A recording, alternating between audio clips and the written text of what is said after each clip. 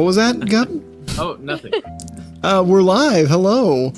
Hello. Welcome back, everyone, to our the second episode of Shadows of the Forgotten. I didn't put a title for this episode, so it just says episode 2 dash.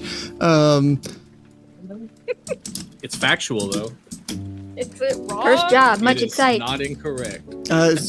Sad times at Ridgemont High. There we go. I didn't just come up with that this exact second. Welcome.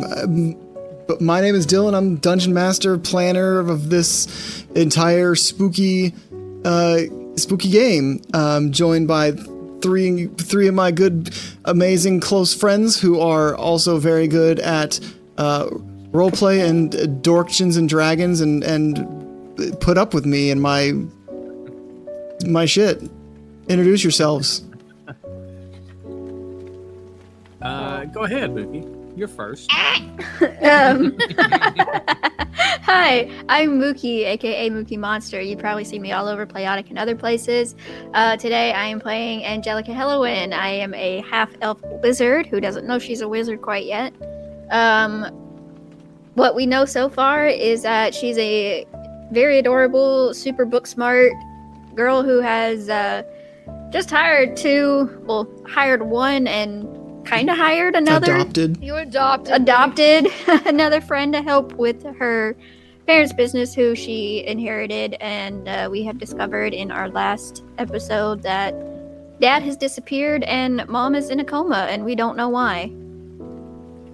We got real sad about it, and then I stole your story. Yeah, it was great. Especially since like the scene where you were like taking care of your comatose mom after some like books had fallen over in the room she was in. We got raided by like 30 people, and I was like, oh, hey, welcome to sad backstory. I mean, it's not like we haven't raided into sad backstory before. True. It's also true. True. Ash, you talk about hi. yourself, but your character, not you. Oh shit. I'm playing Savine, and I'm a tiefling, but everybody thinks I'm a devil, and they're racist in this town. Correction, one guy thinks you're a Yeah, devil. one guy. No, it's everyone now. My experience. The one person I met represents the entirety of this village. He did apologize when he was told that he was wrong. As is with all racism, it came from a place of ignorance, but at least it was not hatred, it was fear, and once his ignorance was cleared up, he just felt bad. I don't know if that's better or worse, but Every time I see him, so. He's got room for personal growth. Next, he's gonna like form like a tiefling coalition. can I where he, like, up Gup's supports volume a tieflings. very small amount? He's gonna can- start a I can cause do it, called yeah. TLM, Tiefling Lives Matter. All right. Yeah. I upped my level, so maybe that's a little better.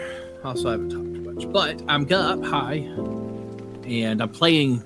I'm here. You've seen me here a few places, times, games, Sorry, and who stuff. are you? I'm Gup, the player Gup. It's so nice. I Oh, love it okay. So much. And I'm playing Yorick Kuznetsov. He is a very large, overly friendly and trusting, burly man, draped in furs, and he has his own things going on, but is very internally very excited with the prospects of working with people, although I'm sure he hides it very well. But he also is a little scrappy and likes to stick up for the people he cares about. So All right, Alexander Hamilton. hey, he, a little, Just you wait. he is a cleric, a death cleric, who is prominently in favor of the god Kelimvor of death. And that's him. so does he like Why does- need Braille? Does he need Braille? Yeah. 'Cause he's a deaf cleric. Oh, that's blind. Shit. Yeah. My joke fell flat because I was dumb. Damn it. Why are there so many death gods in D&D? You know, I don't know. I was talking to Gup about that, how, like, I hadn't heard of his god before, but, like, I came in at 3.5 where there were, like, 3 death gods and they were all, like, evil. And so, and 4th edition came around and there was the Raven Queen who was just, like, a neutral god of death that was just like, look, death happens, to everyone. If you try to be undead or like extend your life past its when it's supposed to, that's when you have problems. I don't care about good or evil. And then Gup was like, yeah, this deity has existed since second edition. They're like, very, very similar. Yeah, they've been around. It's a story. So like Jurgle was the original god of death. I only know about Jurgle through Baldur's Gate. Yeah, Jurgle is the What about Weejoss? Weejoss? And then there, he was overtaken by Cyric, who was really evil and kept death as a bad thing and something that he didn't preach about because he wanted people to be afraid. And so Kelemvor dethroned Cyric and killed Cyric and took over. So that is where Kelemvor came from. I like the lore. I like it too, especially with all the death gods usurping. And there's also like the divine profile of death is separate from the dead. So like, did we lose Ash? We did. You said the death god. She's gone. Hopefully, no. Weejoss didn't get her. There she is. But yeah, like how like the dead is separate from death. So like, There we go. the process of dying is one god's domain, but then once you are dead, it is a different god's domain. I think that's really interesting. Now we lost Gut, but now he's back. Yeah. I also died. I know. We said like Weejoss came and took you. Oh yeah, it's storming. So. Yes, Ash and I are both under a thunderstorm watch. So if power goes out and we just disappear, just know that is why. Also, if I don't know. He just gets taken away. You know, that just happens sometimes. There also might come a time when I have to mute myself for a time and inhale food because dinner has been delayed, but I'm starving. So when it's ready, I'm going to eat it as quickly as possible, but it's going to have to be on stream, unfortunately. And You're gonna go. yeah, I hate it. Well, I'm going to mute myself, so I'm just going to rely on you guys to just talk and do stuff. I love to talk. Oh my god. You're on the wrong channel, buddy, if you don't like talking.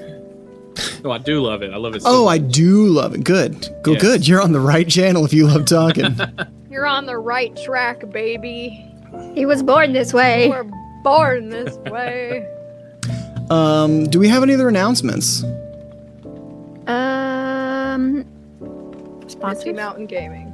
What is that, Ash? Tell me about it. Well, I don't know my dice. Well, if you. I have my dice, don't worry. We're partnered with Misty Mountain Gaming. Bam! Oh, You wow. can use our coupon code, which I hope someone smartly posts it in the thing. So everybody, I think it's Playotic 15. You get 15% off your dice and dice accessories, and they have all kinds of stuff. Wow, 15% off. That's like lizard levels of discounts. I say that. I feel like I say that too often. We always make that joke. I know, and I want to diversify my portfolio.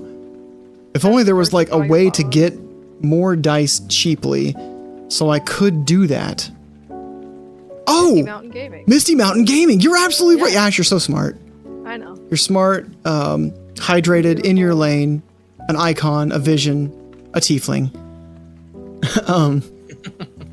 Anyway, if we don't, it's weird. We don't, like, a lot of our shows have ended recently, so I know Sumner and I are doing Playotic Evil, but I think we might be taking a break this week. I know we switched it from Mondays to Thursdays, but I think Thursday this week, Sumner and I are going to a concert.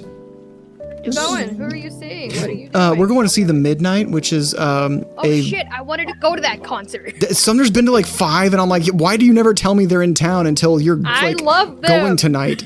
So I do too. Like, they're one of the few bands where like every album they have, I fucking love. It fucking slaps. Yeah, all of it does. It's so chill, so vibe, so I didn't fresh. go to the concert, but my boyfriend went to see All Time Low here this past weekend, and he brought me What back a year is shirt. it? Oh, what year is it? Tenacious D was just down there by you all. Like, I'm so mad that I couldn't buy tickets. I know. I didn't. That was another one that I didn't know about until it was too late. Same. So, Like we saw Death Clock and Baby Metal a couple weeks ago, and that was awesome. And then the Midnight's coming, and then the Game Grumps, who I'm a big fan of, are coming. I'm really upset about it. Did Death Clock play Mermaider? Yes, they did. Yes! Which I love that song, but I do prefer Mermaider 2. I think it's just a better song, but I get that Mermaider is the famous one that everyone knows and has been memed, so it's like, yeah, it makes sense that was the one that's played. What about Mashed Potato Johnson? No, they did not play Mashed Potato Johnson. Oh, damn. Love that. They did Briefcase Full of Guts, Hatred Copter, the fan song, the Duncan Hills Coffee song. Duncan Hills Coffee. Yeah. Of course they did Duncan Hills Coffee. Mooster Krakish. They did a lot of stuff. Bloodlines, which is one of my favorites as well. Did a lot of great shit. Yuki's over here in her corner not knowing what any of this is. So Death Clock? Death Clock is the fictional band from the show Swiss Metalocalypse. And the premise of the show... The premise of the show is, what if there was a band that was as popular and influential as the Beatles, but they were a death metal band?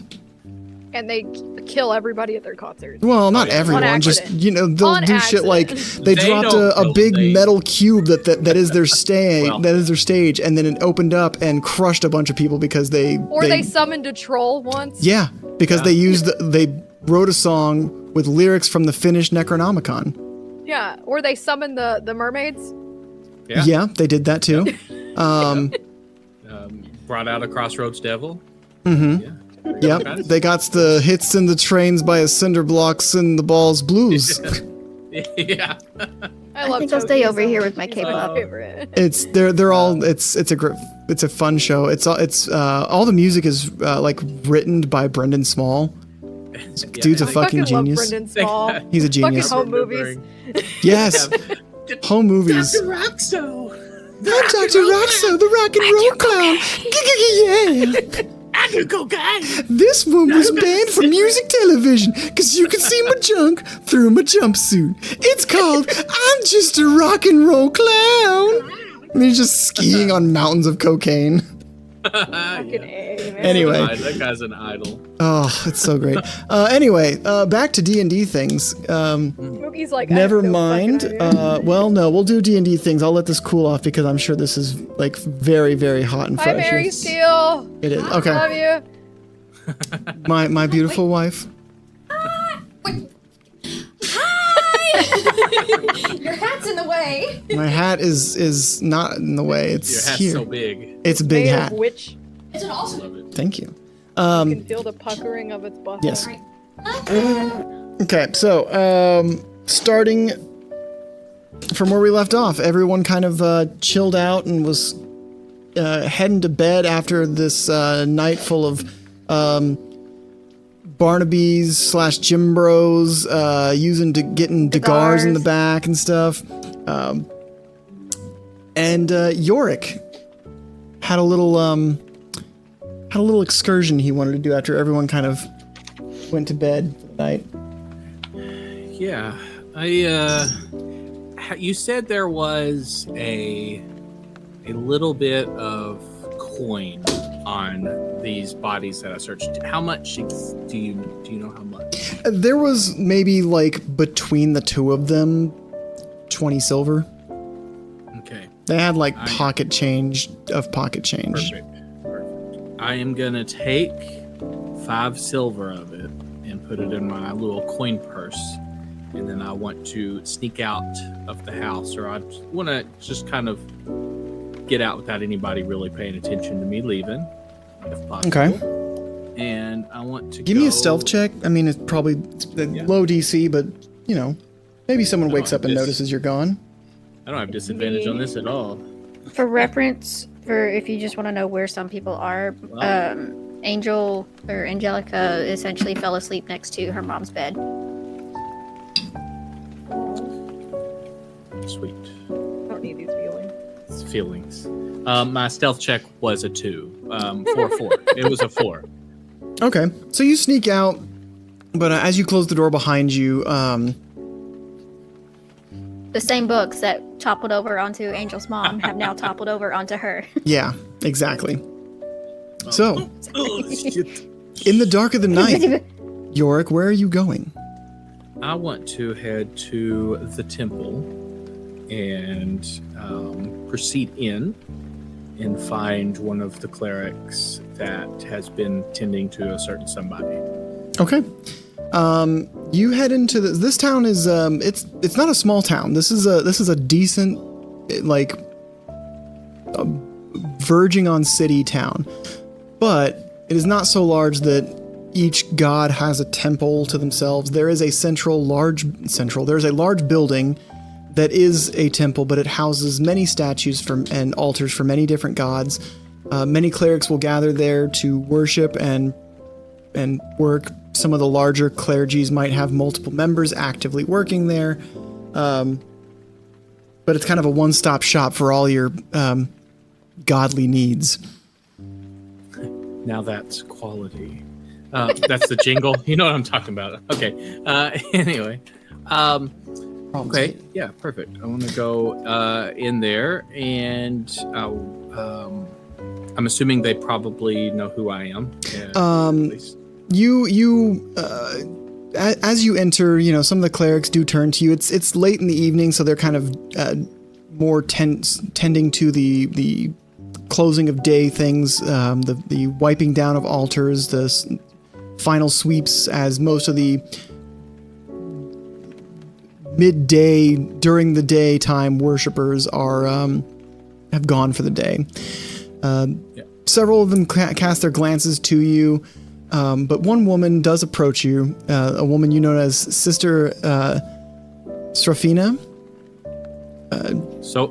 Sophina? Srafina, Srafina, Srafina. Right. Oh, hello, Srafina. Yorick. It's really nice to see you again. I am just want to. Well, I've come to give you what I can, and I'm gonna give the 15 silver to her, and I would just like to maybe just look in the door and see him, if that's okay. Of course, please. She leads you kind of to one of the side areas. There are many. This building, while it houses many gods, is also large in general because there's room for various temples to do their various works as well. She leads you through a side door and kind of down a hallway. How have you been, Yorick? I've got a job now, so maybe some more finances be coming into. I can kind of get caught up in as you will, and keep in your good standing, because as of course I'm very grateful for everything that you are doing here. Well, it's part of our doctrine to take care of those in need, but the coin does help. Supplies are not free, even to us, but... I understand. Well, I'm glad you're taking care of yourself as well. I'm trying, yes. But I don't want to stay long. I've actually got a place, a roof over my head now, kind of. Good. So, I don't want them to worry. I tell you, I think we're just great friends. I think we've all hit it off very well, and they might worry about me if I'm not back soon enough. Don't think I snuck out quite as quietly as I'd hoped. Well... So you're always welcome to come visit. And as she says this, as she arrives at a wooden door just along this hallway, one of the many rooms in this cloister, she takes out a key from a keyring and opens the door. Inside you see a very simple room. There's a desk with a stool, a window looking out at the beautiful moonlit night, a simple straw bed, sheets and blankets, a pillow, and a man lying in the bed. I think you missed your opportunity. He fell asleep a while ago. Tiring day for him. It is okay. He needs sleep. Sleep is to get better. So it is okay. I'm afraid that might be the case, but I will be checking in as often as I can. And You should come earlier next time. He does ask about you. I'll smile, and with a small little tear run down my cheek into my beard, I'll kind of rub my beard and thank you, Sofina. I think I need to be going. Of course. Well, if you need anything, I'm willing to help. It's been very fortunate. Here, allow me to walk you out. She quietly closes the door and kind of locks it as well. So, tell me about this job you have. Well, it is fantastic. The family, they were big here, from what I understand. They were, last name Hellwyn. is Hellwyn. The Hellwyn, their daughter, is family taking up her family business. And, it is of Kalimvor to see to the undead abominations that walk the world, so I thought it'd be a good fit and allowing me to flex my magical prowess, if you will. That is an excellent fit. Just the other day I was treating another patient with some insomnia, night terrors. She said the other night that she actually saw something in her home, and I gave her your name, knowing you do what you do. Perhaps she'll pop in on the Hellwinds now that they're back in business, apparently. It does seem so. And, I think she's a little, green around the gills. Maybe. Seems a little soft, but perhaps that is a good thing. Well, we all have to start somewhere. Yeah. Well, It's very Yorick, true. you guys reach the front of the temple. Well, Yorick, you take care of yourself. For yourself and for him. I'll try. Vadim needs a reason to pull through this. I turn around at the sound of his name, kind of shake the back of my head, and just take a big old. And I'll just kind of wave in there and make my way back. All right. That's all I needed to do. All right, so you make your way back to the house. Angelica, you're aware that somebody has left the house and came back. Would you stir or just kind of leave it be and stay with your mom? Probably stir, because the fact that there's now, even though she hired one of them, there's 2 strangers in her house. So she's going to want to make sure things are okay. So she might be slowly stirring as he's gone, slowly waking up, cleaning up the books and everything, and then hearing or seeing him come back, she'll probably stand in the doorway. And where were you? Where were you? It's 9 o'clock. Do you know where your clerics are at? Getting ripped. Yeah. Excuse me. So sorry, Miss Angela. I did not mean to disturb in the night. I just had some business I needed to attend to before calling it an evening. Well, that's quite all right, I think. My parents, my father never was really strict about being out late or having specific rules and things, and I don't know how I need to be with this. As I told you before, you have a room upstairs if you need it. I'll be heading to mine soon enough. I hope that you sleep well, and I will see you for breakfast in the morning. Bright and early. 11 o'clock, so early. And I'll start walking. Fucking up the mood. stairs. Right.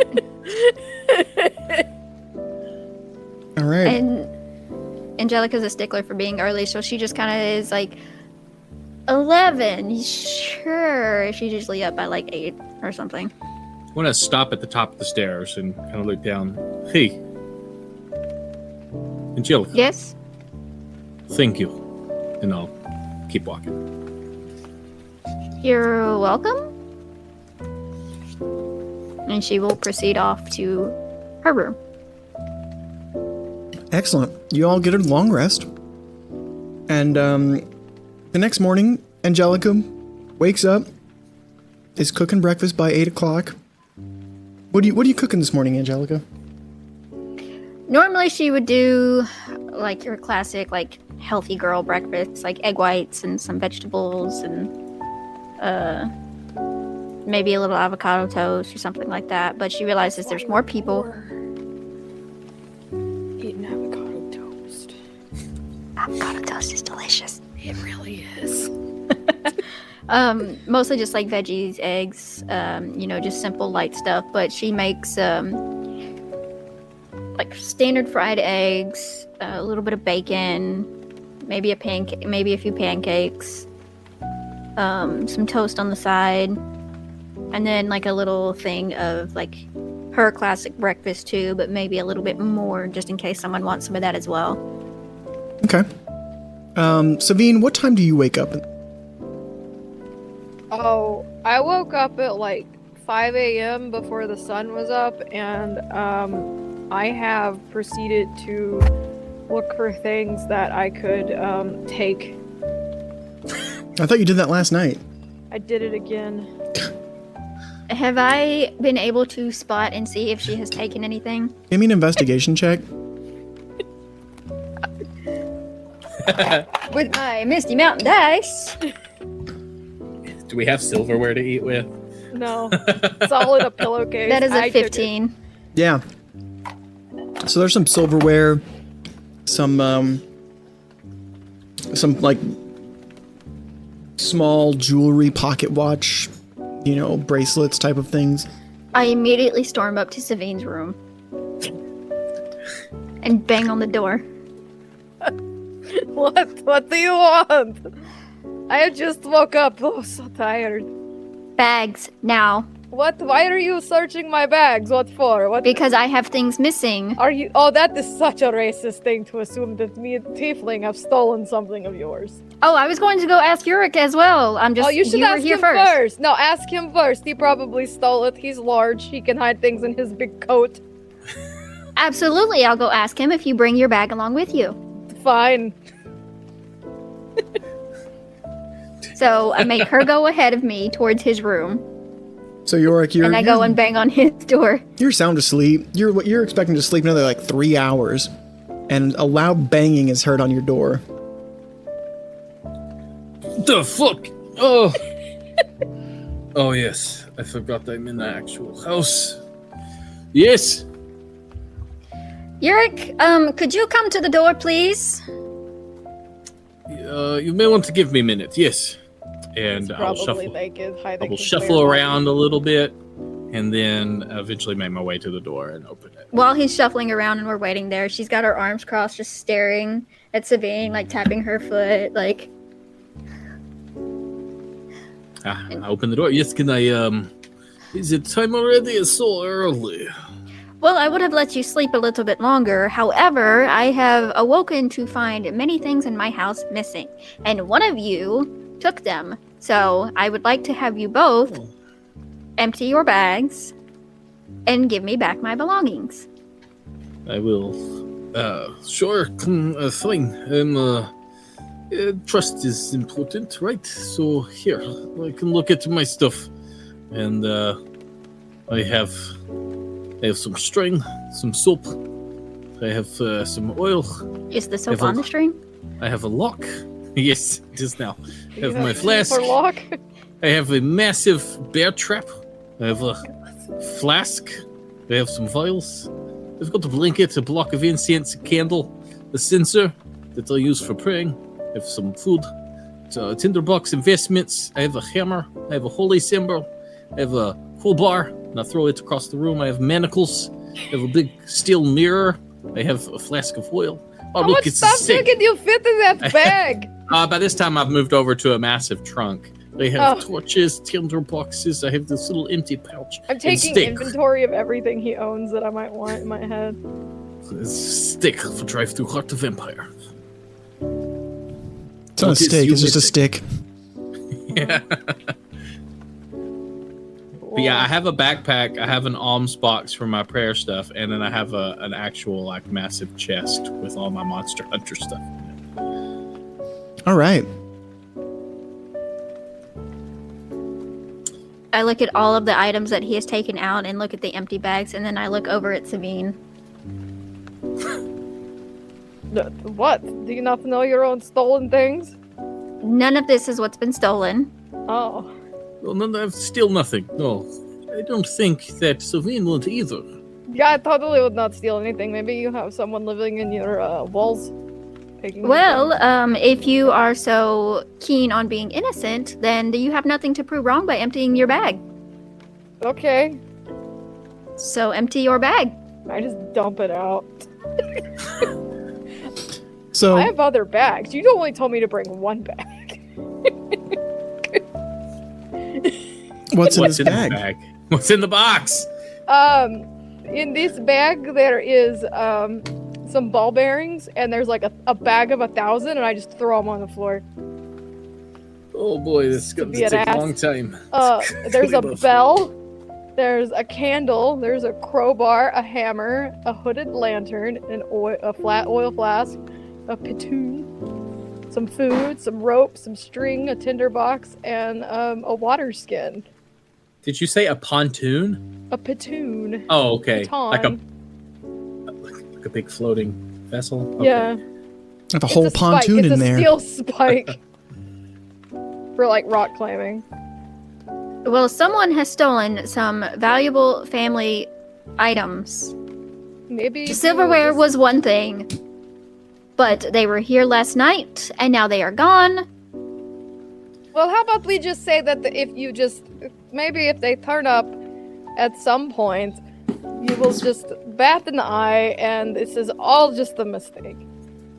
Can I insight check Savine? Absolutely, you can. And I was gonna make breakfast for everyone. I'm so That good was at insight. So kind of you. Who would steal something? What terrible human would do that?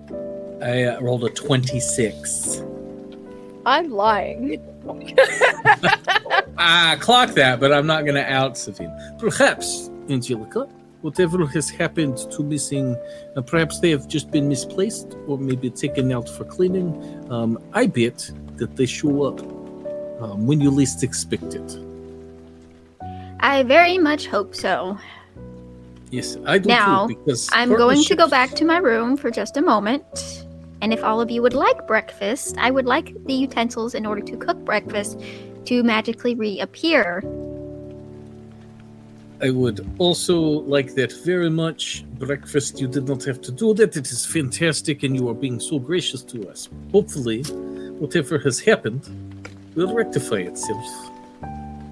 Yes, totally. I hope that something it finds a way. Life will find a way.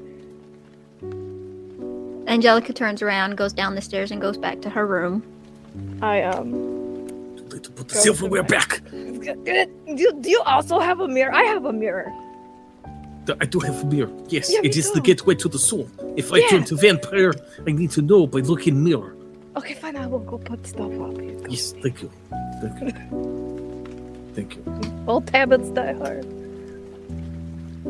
Eventually, Angelica's going to come back out, see that the stuff has returned. All of her stuff that was stolen is placed in front of her door in a pile. She's going to take all of like the jewelry and stuff and like try And a to. note that says "I'm sorry." She's going to take all the jewelry and stuff, just kind of like bring it into her room and like just place it on like a table or her dresser or whatever. And she's gonna take all like the cooking silverware and utensils and go back to the kitchen and start making breakfast. All right. So, Savine, are you gonna go back to sleep? Are you up? Are you gonna go down and have breakfast at I'm this time? awake. I'm gonna assist her with cooking breakfast. Okay. Yorick, are you going back to Because sleep, she or are you feels also bad heading now. down? Nope. I've already put on clothes. That's a task in and of itself, so I'm just up.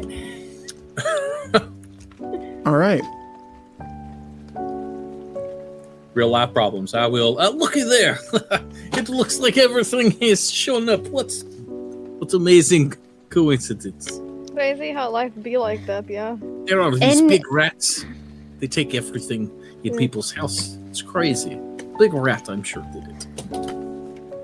Well, I would just like to point out that if these big rats are going to be living under my roof, I would appreciate if things stay where they originally were. Okay, we will tell the big rat that. Relay this information to Big Rat. I appreciate that. And she places like a big old plate of bacon in front of the both of you. I Yum. love this. I'm going to put half of it in my pocket. Pocket bacon. I will Yay. eat the rest, yes.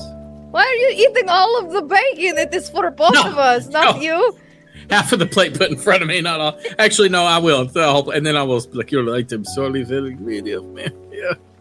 Take out some I'll linty take bacon. a couple. She I'll take a couple pieces She out. watches him take like a majority of the bacon, and then she puts like 2 pancakes with like 3 strips of bacon on the side in front of Savine. Thank you. He is large man. He will eat us out of house and home. I do have quite a voracious appetite.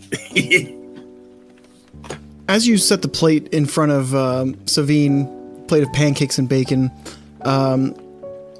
you hear a frantic knocking. I shouldn't say frantic.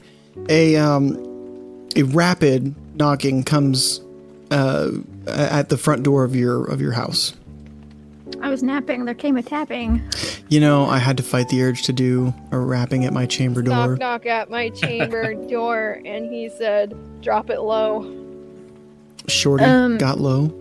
Shorty got low. Angelica is going to be at the oven / stovetop and like in the middle of like flipping another pancake. Yorick, do you mind getting that, please? Very well, I do not mind one bit. And I'll stand up, burp really loud. Oh, excuse me.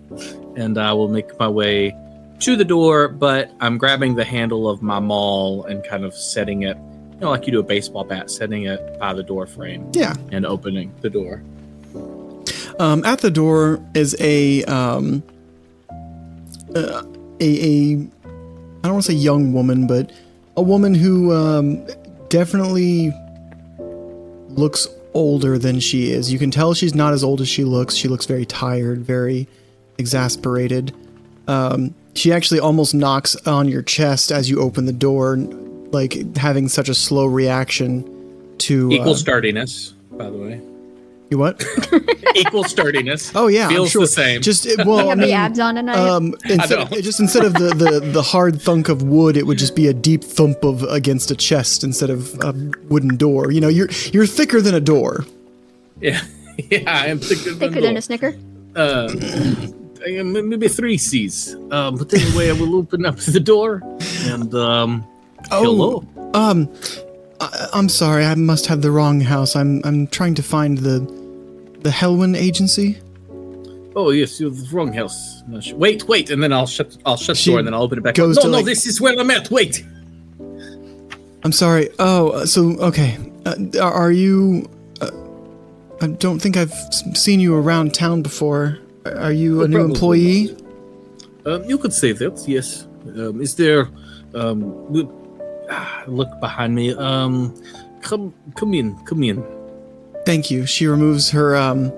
She had like a little one of those big floppy hats on to protect her to kind of shade her from the sun. She takes it A off giant as she. sun hat? Thank you. Yes, sun hat. Yes, a sun hat. I'm a little brain fried today. You're good. She comes in and is there somewhere I should? Yes. Sit here, and I'll take her to where I was sitting, and then push my breakfast that I haven't eaten yet, but in front of her. Here, have some breakfast. We were just eating. This is. I'm sorry to interrupt a meal. No, this is one of friends here, right? And this is Angel. This is Angel. Angelica. Sorry. She likes Angelica. You do not call her Angel. She will be sad about it. Well, I knew Angel once upon a time when she was a little girl. But I suppose we all outgrow our childish nicknames, don't we, at some point? Do I recognize this woman? I did I'm not. eating my pancakes with a knife. Like my knife, like my dagger, like You're just like,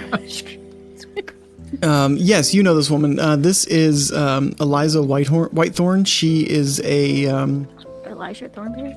yes. Eliza Whitethorn.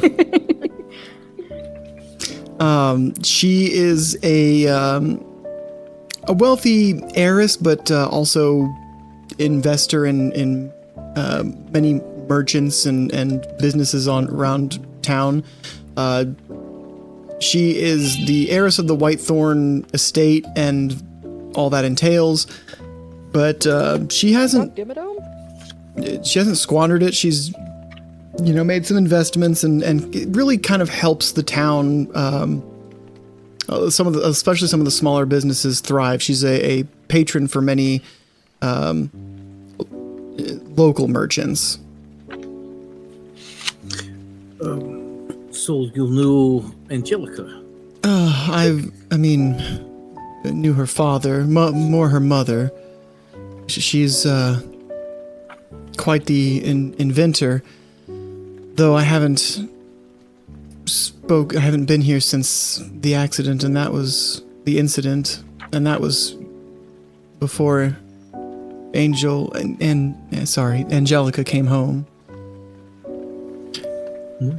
And Angelica's gonna turn around and be like, "Oh, Eliza, what brings you in?" I actually need your help. I hope at least you have some skills, something similar to what your father, your family. I don't know where else to turn to on this. I've been having a hard time sleeping these past few nights, waking up in cold sweats, having nightmares. At first I thought it was something I ate, and then I started seeking treatment from doctors and going to the temples, talking to the clerics and hoping they can help. But a few nights ago I saw something in my home. It looked like a floating person, but there was no head. It had just kind of a mass of blackness streaming down from the shoulders. I thought I was dreaming at first, but I blinked and rubbed my eyes and I saw it move down the hall out of view. And then I shut the door and locked it and tried to go back to sleep, but was unable to and haven't slept since. And that was 3 days ago, I think. You have not slept in 3 days? It's hard when... No wonder you see shit. Well, this was... She hasn't slept because she saw it. Is it the only time you've seen it is the once?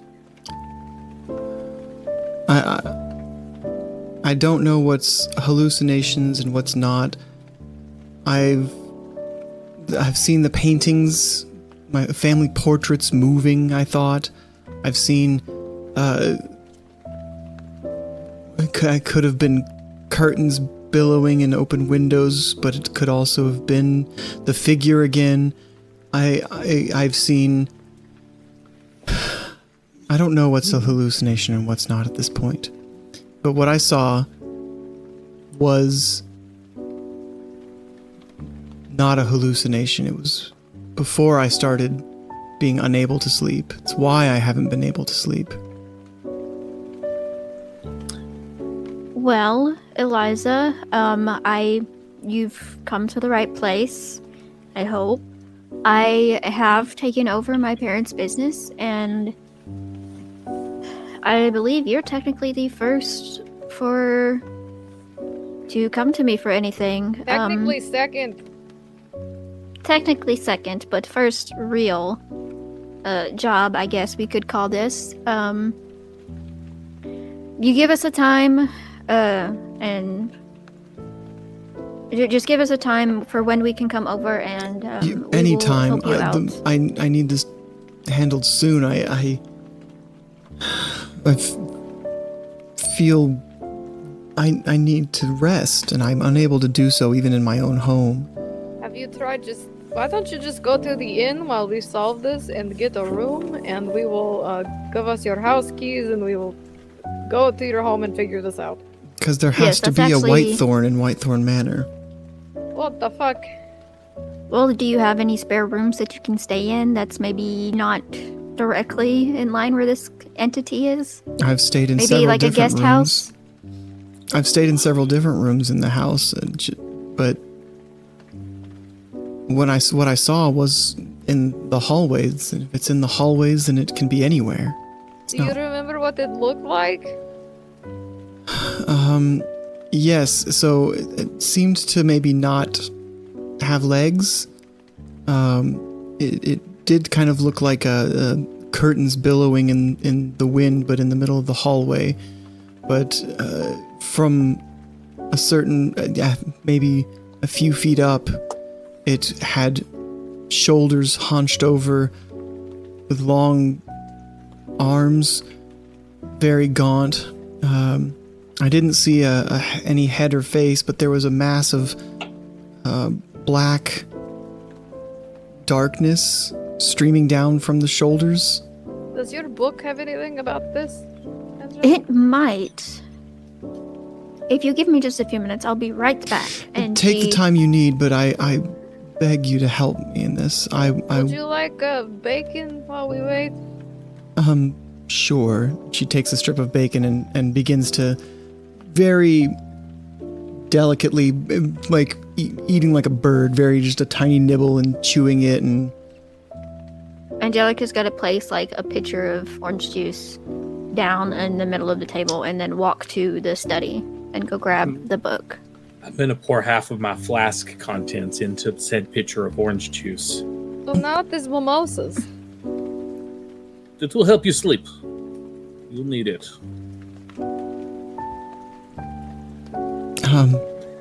But, so...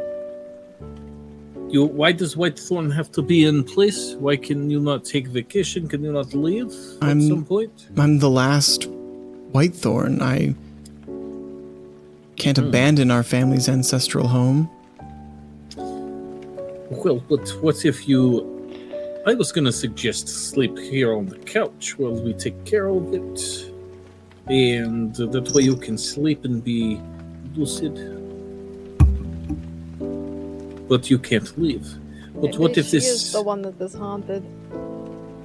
I'm going to take my holy symbol and press it to her forehead without consent and just see if she burns. What are you? I'm gonna What watch are you this doing? happen. Do I walk back in and see this happening? No, you went to the study to go check the book, and this happened very shortly after that. No, she didn't burn or anything? No. Okay, no, I don't... What was that for? I had to check, make sure you're not in, like, I don't know, vampire or something like I this. said haunted, not vampire. But you never know. Vampires are haunted if you want to look at it that way. I'm the one who's afflicted. Why would I be the cause of it? Well, if don't you know. could have something attached to your spirit that this ghost or whatever the hell it is haunting you, not the house. I don't know. I'm not an expert in this. Don't ask me. I want to start praying around and circling around her with my little censer of incense. Would you like a pancake while he does this? Sure. Can I hear and smell the incense and what's going You on? can smell the incense. I grab the book and go run back into the kitchen. What in the world is going on in As here? you come back into the He is kitchen, you come exercising into lady. Eliza, enjoying a pancake as Yorick kind of walks circles around the table with his censer swinging back and forth, blasting incense all over the place. Yorick!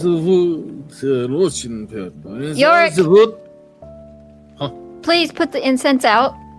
It is lavender. It is... Okay. Oh, well, in fact, with my fingers and stick it inside there and just... It smells really nice. Okay. Very relaxing. I'm gonna have to come up with a few rules. I'll figure them out later, but rule number 1, No incense without consulting me first. At least in this house. That is something I can do.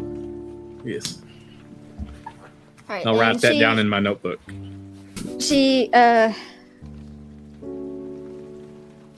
Do I need to, when I'm looking through the book, do I need to just like try to guess what it is, or will you be telling me what it is? Whatever you want. Phasmophobia? What it's? I mean, I might have taken some inspiration from Phasmophobia, although Cool. the book does Okay. not have like Yuri is in here. Descriptions of like if you see ghost orbs and the sound box and something else, then that's this. It's a little more organic than that. There's a lot in here for sure, but there's vampires in here too. Don't worry. I will kill them. Kill them dead. The hate vampires. Oh, Monkey Man, I have an entire like 50 page Google Doc sheet that's not even everything Mookie 39, has. but Well, I have more that I haven't finished editing and going through.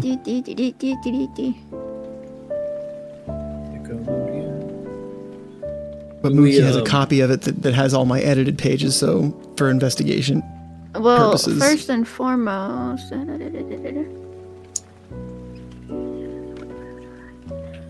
so she's gonna put the book down on the table, and she flips immediately to Shade. Hmm?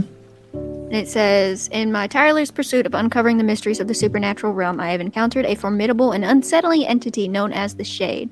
Often mistaken for a ghost or spirit, the Shade possesses unique characteristics that set it apart from other spectral beings. The Shade is a malevolent and shadowy presence, commonly associated with darkness and gloom.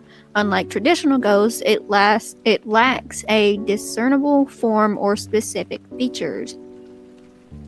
I know you were saying like arms and appendages and stuff, but you were also saying like no head and just like shadows from the shoulders. It appears as a dark, intangible mass obscuring the light around it and emanating a chilling aura of despair. Shades are believed to be remnants of deceased individuals who have suffered great emotional turmoil or trauma in life. Their unresolved pain and anguish bind them to the mortal realm, preventing them from finding peace in the afterlife. As the result, the Shade becomes a manifestation of their lingering sorrow and malevolence.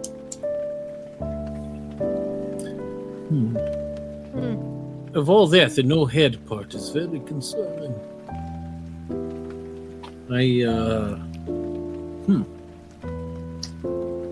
This is alarming. Have you? I'm gonna look at what was her name again? Eliza. Eliza. Okay, so Whitethorn. Eliza. Have you at any point killed someone that you loved? You cannot just go around asking if you've killed someone, Yorick. But why? It She is could a be good haunted. question. It is, yeah. If you have, even by accident, do you feel responsible? Maybe. No. Have you performed any necromantic rituals? Heavens no. I'm not even talented in the arcane arts. I am very good cleric. This is how we find out. Okay, we ask and expect you to tell the truth. And like eyeballing her. Do you tell the truth? Yes. I've Okay. come to you for help. I believe you. Angelica comes over and like kind of like politely and gently like moves Yorick out of the way. I'm sorry, Eliza. Like as he probably explained, he's new. He still needs to learn a little bit about boundaries. But look, I promise I will help you. I need to know though, so I know if I'm getting this entity correct. Has anything super emotional happened to you here recently? No. Not particular. Has anything happened on the property that you are aware of that might have happened? No. I mean, when it was brought up, when I saw this entity and I brought up that it might be a ghost or something, and I should come to the Hellwind Agency. I have recently been kind of looking into my family's history and lineage, trying to put together more than a family tree, but like maybe a bit of a diary of the family history, something. So I've been going through old rooms, old diaries, the attic, the basement, looking at old relics from my family's history. It's all I can think of. What happened to your family? Why are you last one left? Because my parents had 2 children. My brother died. And your parents have died as well? I wouldn't be the head of the Whitethorn estate if they were alive. Were they brutally murdered in sacrificial offering? No. Okay. According to my book here from my parents, it does not necessarily have to be sacrificial in order for it to be emotional. It appears that the shade might be draining her of her psyche and her spirit because her emotions being tied to the loss of her family, just in general. Does not have to be sacrifice. No, Okay. it does not. I lean over like you put the I and the C in the wrong places. That's not an I, that is a K. Oh, you're right. Oh. So, what do I need to do? Give me one moment to read this again. It says here, banishing a shade is a challenging task, as it involves breaking the powerful emotional ties that bind it to the earthly plane. Conducting a seance or engaging the help of experienced medium can assist in the communicating with the shade and understanding the source of its torment. Offering solace and closure for the shade's unresolved emotions might lead it to find peace and move on to the afterlife.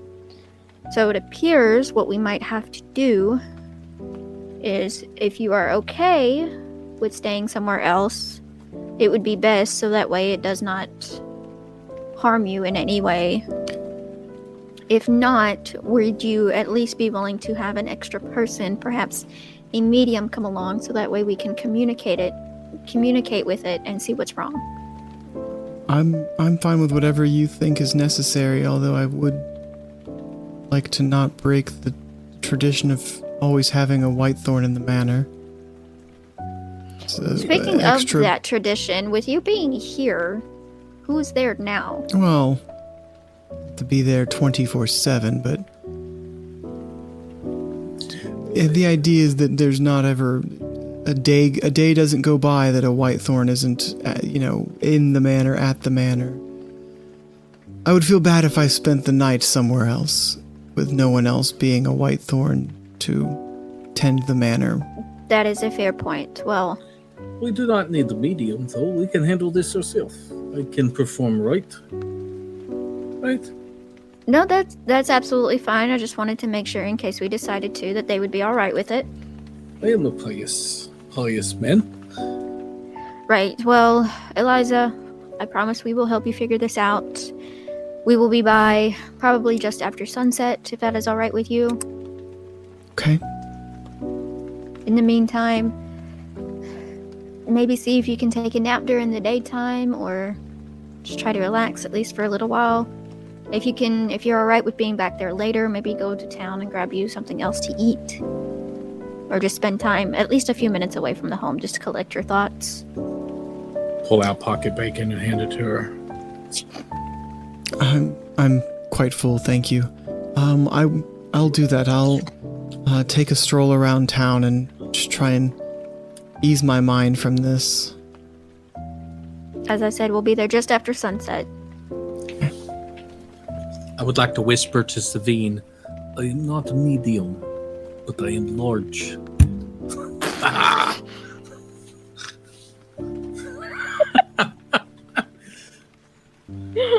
Boo this man. I don't understand what you mean.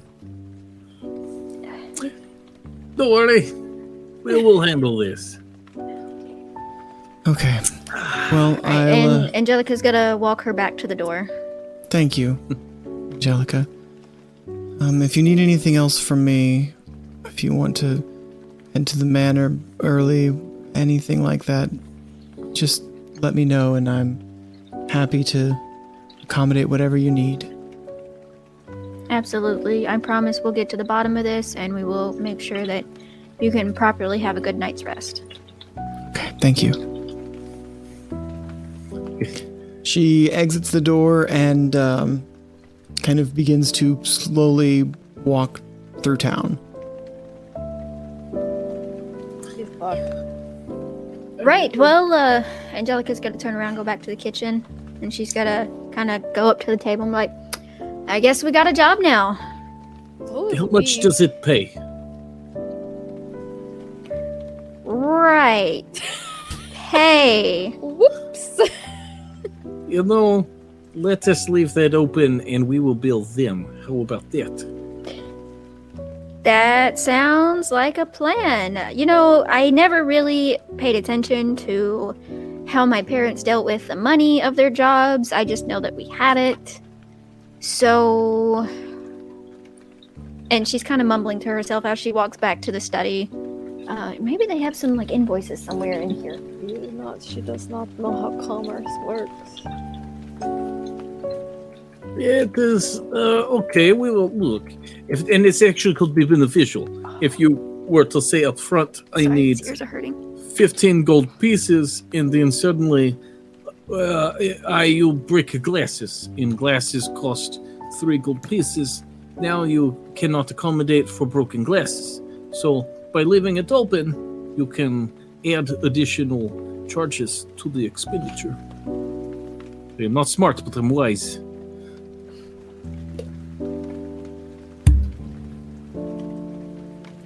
All right. Are there any invoices or anything, or are we just gonna that I can go find, or should we just essentially like skip to the job?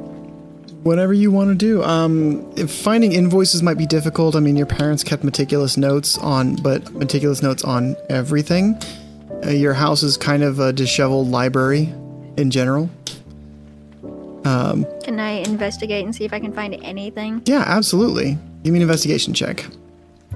'Cause that went well the last time. These ears fucking hurt. I need new ones. I believe Savine has knife for that.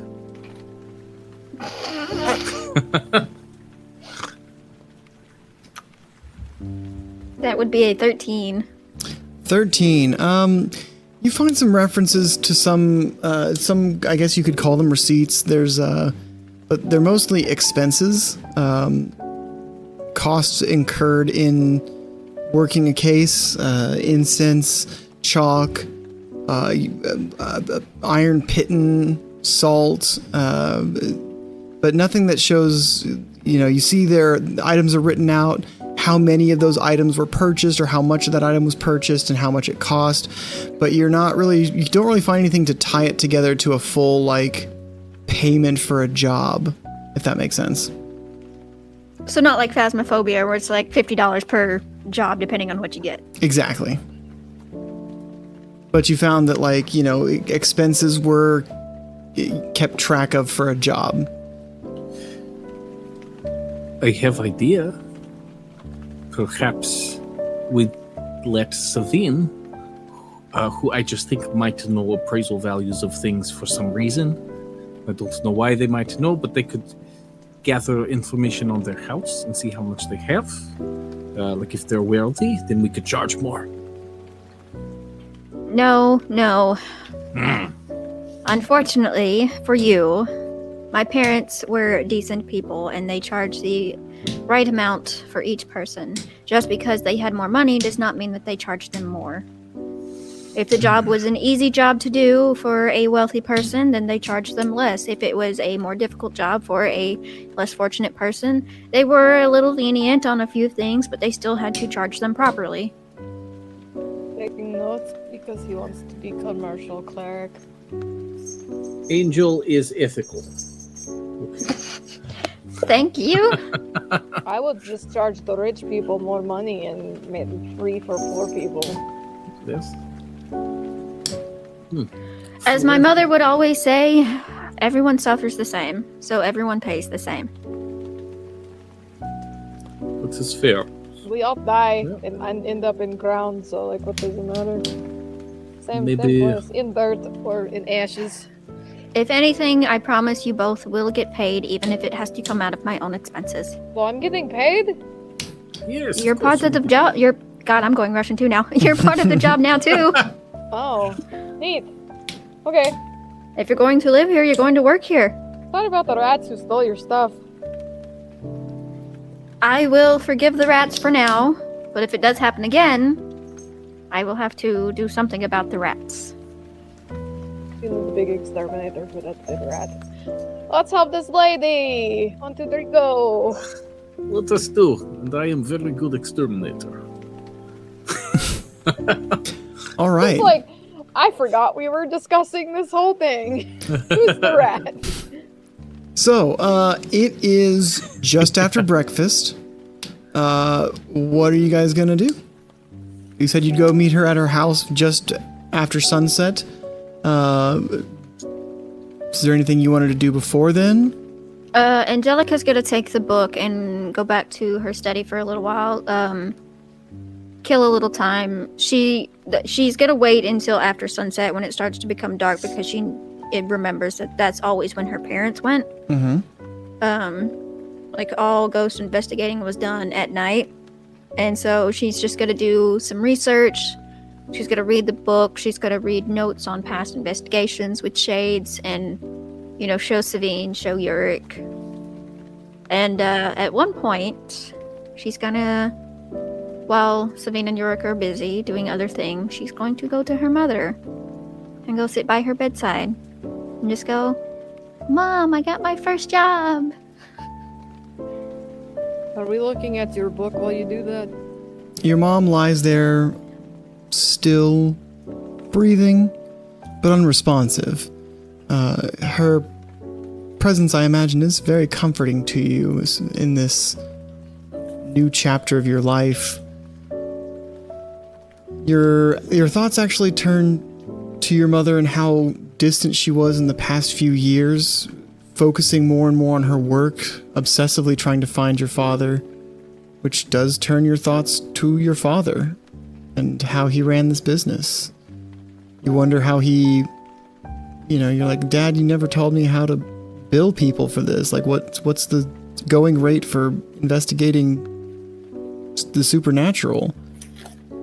You also come to mind that your father had a tarot deck he would always pull from before a job. His lucky tarot deck, he always called it. Could we say that, like, Mom's room is like her room / office, but Dad also had like his like metaphysical room elsewhere? Yeah, absolutely. Or would we just say that most of the stuff is in the study? Like Oh the no, study I was imagine his your room? mom had her own, like, first of all, the room she's in is not like the office. It's her and your dad's room. Well, But yeah. she also had her own, like, study where she did her work and experiments and stuff in her own room. Your family has a house that is very well built with many rooms, so you were fairly well off. It was a fairly successful business. So, sitting there holding Mom's hand, telling her about what just happened with the new job and how I'm excited but nervous. And thinking about the tarot deck, she's like, "Hang on, Mom, I'll be back soon." And then she goes to Dad's room and goes and finds the tarot deck. And she goes and sits at the, the dining table, Okay. and just sits there and kind of places it and just looks at it. My It's a- dog has zoomies, I'm sorry. You're fine. The tarot deck is old, very, very old looking, very used but cared for, maintained.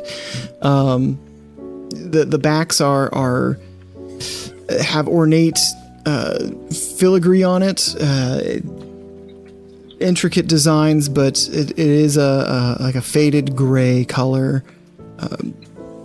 And it definitely seems like it has seen a lot of use over many years.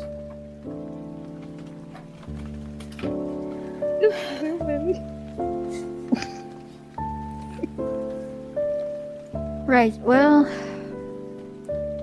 she's kind of thinking / saying, like, thinking out loud. If either one of you want to be, like, half listening or walking in on this. Well, I know Dad always did this before an investigation. Probably wouldn't hurt if I did it as well. And she kind of, like, starts to put her hand over the tarot deck. What are you doing? She jumps at that and she's like, "Oh, Yurick,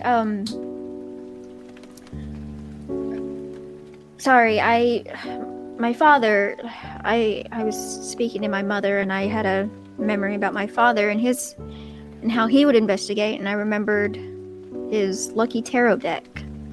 He, every night before an investigation, he would pull cards to see how this investigation would go, and I figured might as well keep traditions going." Do they tell fortune? In a sense, they do. They are supposed to help determine how the investigation will go. But what if it's bad? Then you go into it with negativity. I never quite understood why my father did it, but he did, so... I want to sit down and watch. This is curious. And drink my vodka orange juice. So she's which gonna take... Eliza did not touch. She didn't notice really, but that you put anything in it. But she was also just like, even the food that was put in front of her, she was just kind of eating as she was prompted. Angelica's gonna, like, take the deck and kind of, like, warily hold it, like, being as gentle as possible, but also knowing you need a grip on cards or they'll go flying everywhere. And, I'll actually do this with my cards. The pretty anime cards. So she tries to, like, remember how her father did it. And she'll, like, go and shuffle them and shuffle, and then eventually she comes to a point where she stops. She draws 3 cards and places them on the table. And she looks up at Yorick and then looks down at the cards. Looks back at Yorick and looks down at the cards. I'm not pulling one over. I don't expect you to, Yorick. That is good. And she takes the first card and she flips it over. And the first card pulled is the Lover's card. And she puts that down. Would you like me to actually read what the cards mean, or did you have something planned? No, if you whatever you want to interpret from this. I told you what what cards are pulled, and knowing what they kind of mean, roughly, and you can make of it what you will.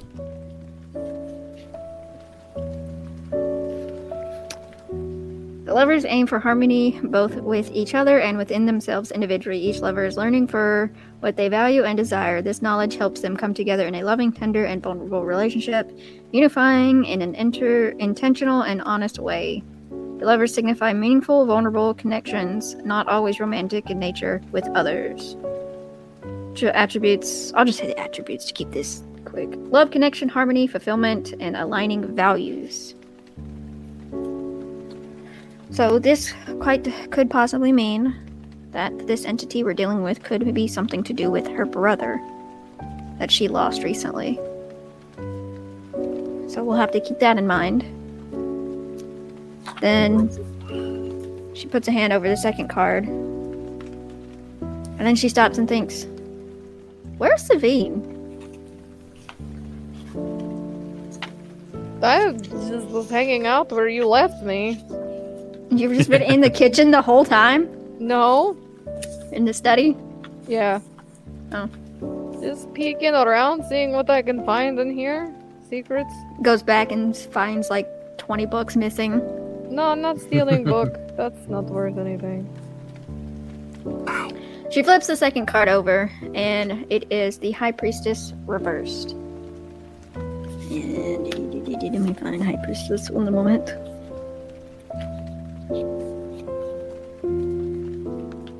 Dylan didn't actually give me like any context for what I'm doing with these cards. He's just like, "Hey, beforehand, can you like get these cards ready?" Yeah, I was like, Like, if you want to do sure. a tarot reading for this thing, here are the 3 cards that you'll pull. Just this might give you some Attributes. clues or vibes for what this hunt is going to be like. Did you pull these randomly, or did you pull these on purpose? On purpose. Okay. I picked 'Cause it them on makes sense. purpose. Okay. I actually didn't pull anything. I was like, all right, what can have meaning or be appropriate somehow with this investigation? Fair, because I was gonna say if these were random, then goddamn, these were random. Reversed attributes: secrecy, block or neglected intuition, and spiritual denial. She just kind of looks at that one and kind of like tilts her head, like questioning what it might mean. And the final one is death reversed. And where's my death card? In here. I'm sorry. I was unprepared. I gave you ample hours. I didn't. You just said prepare the cards. You didn't say what to do with them. I was like, what I said was, hey, if you want to do the tarot reading, here are the 3 cards that I want you to pull, because I wanted to simulate it as if it was, oh my gosh, what a coincidence. But You said before this session, can you prepare your tarot deck? I need you to pull these 3 cards, blank, blank, and blank. And I said sure. so I need you to pull them, meaning, either way, it doesn't matter. You're doing great, Dylan. All right, job. reversed attributes: denial and resistance to change. So, the spirit is going to have something to do with someone close to her. And as I previously stated, the shade has something to do with emotions and not being able to move past emotional turmoil. And it's latched onto her, and it's been draining and feeding off of her emotions. That's why she's been looking and feeling the way that she's been feeling. I don't think that whatever we're going to be dealing with is going to be demonic in any way or mean harm in any way. I think it just needs help to move on. All undead need to be expunged from the earth. It's not natural. Most undead, are not natural, but not all are of ill intent. The ill intent or not, you have to right the balance. I poke my Scales head in. have to be weighed. Oh, what are you talking about in her? The dead need to stay Oh. dead. Yeah, no, yeah. Yeah. Kellamore teaches us of the scales of life. That it must maintain balance. The undead are not of balance. They're not of the natural world. So right now, that scale is tilted in the undead favor. Whatever being this may be. We have to Maybe right not, this. but you gotta understand that you have your ways of viewing things and others have their way of viewing things. You say exterminating the dead, and that could be a lot more harmful than simply just helping it to move on. You say the dead needs to go back to being dead, and there are many other ways of going about that. What I am getting here is that Yorick over here has black and white viewing of dead things and undead things, and you have a gray area, and we must kind of work together to find a cohesive answer that works with all of our You are Whatever. right, Sabine. There are many shades, possibly 50 of gray. No, that's too many. There are many shades of gray area that I never understood the dead and the spirits and the things that my parents would go after, but I know that all of them were different. They did not go to each job in the same manner. Well, the deads are the lucky ones because they no longer have to deal with the living. It is true. Death is not the end. There is a lot after death. One would hope it was the end, but And it unfortunately, appears it's not. from this tarot reading that this spirit is stuck here. So let's send it home to where it needs to go. That Yes. is the fugue plane. That's where it Let's needs to help go. it. Oh, this is calm down.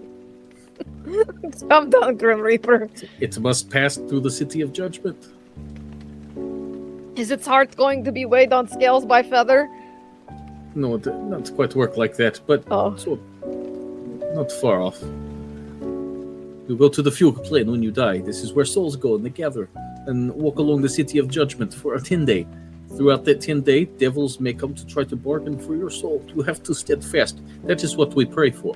That through your 10-day, that the deity that you serve come and pick your soul up and take you to like Mount Celestia. Or perhaps you have strike bargain with devil and they take I've your soul never back heard to of Hales. this at all. That is not how that works. It is. It is how it No, works. never heard Perhaps of we that. can come to a compromise and say that we can send it upon this 10-day ordeal in a lighter note than how it is currently doing on this plane. Let's can- send it away to where it needs to wherever it will rest. Either way, we should be getting there soon. It's starting to get sunset. We've been arguing about this for 4 hours. Onward. You're muted. And with that, we're actually going to take a break. Cool. We will, when we come back, we will head to the haunted kitchen. Haunted house. You're all something. Anyway, we'll be right back, The guys. Brood Witch. The Brood Witch. The Bye. Brood Witch. If you're willing to roleplay it Arlo's and describe burning. it, The moment he met. the moment he met Alistair, hi, my name is Alistair, and then you're back.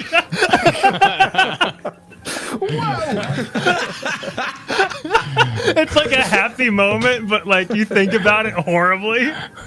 I just wanted to take the job, and then this guy. This guy. The little goblin man named Gupnik, he's the one who runs the one who runs the games and stuff. He's like, oh, the troll. Gupnik, the one who runs all the games, really? Yeah. How many games is Gupnik running in the next 48 hours? And we're back, but guess what? He's got shiny cheeks now. Sparkle. Incredible. Is this what you wanted, everyone? Yes. Are these the godly cheekbones that you requested? Because they're here, and they're not apologetic. Playotic delivers. Never apologize. They will cut glass. They will cut glass like diamond.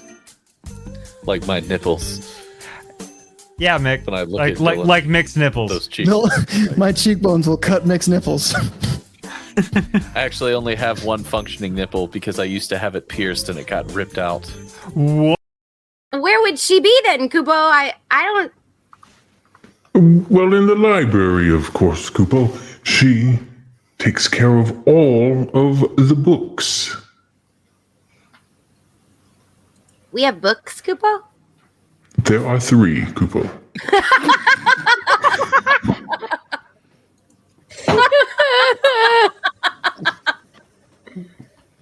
All right, that makes a lot more sense, Kubo. Blew out a butt cheek. It just deflates like a balloon. Whoa, people! I'm sorry. I didn't know that you were gonna step in like that. Ooh. You might want to see a doctor about that. I probably deserved it. Are you okay?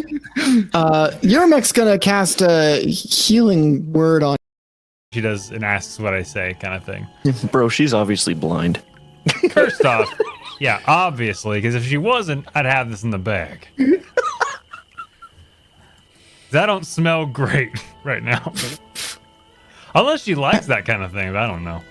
You have been wandering through a swamp. Well, she's a troll. Wouldn't she dig that? Anyway, so She might be a troll. she might be a troll. She might be your mom. I don't know. She might just be So all these UNT just see a fucking T-Rex in this building. Zilsi was basically told, wait for the signal. And then all of a sudden you hear the door being ripped off, the lightning striking. I want to be a monster. Like, is that the signal? You hear some emo kid in the corner like, he who makes a beast out of himself gets rid of the pain of being a man. Armored, but you do hit with enough of a force that you hear a crack, and you see his leg, which is supposed to bend like this, like this. I don't like that. And you hear as a person who's had a knee surgery. and he drops to the ground. It wins a little bit. I want to rob her till.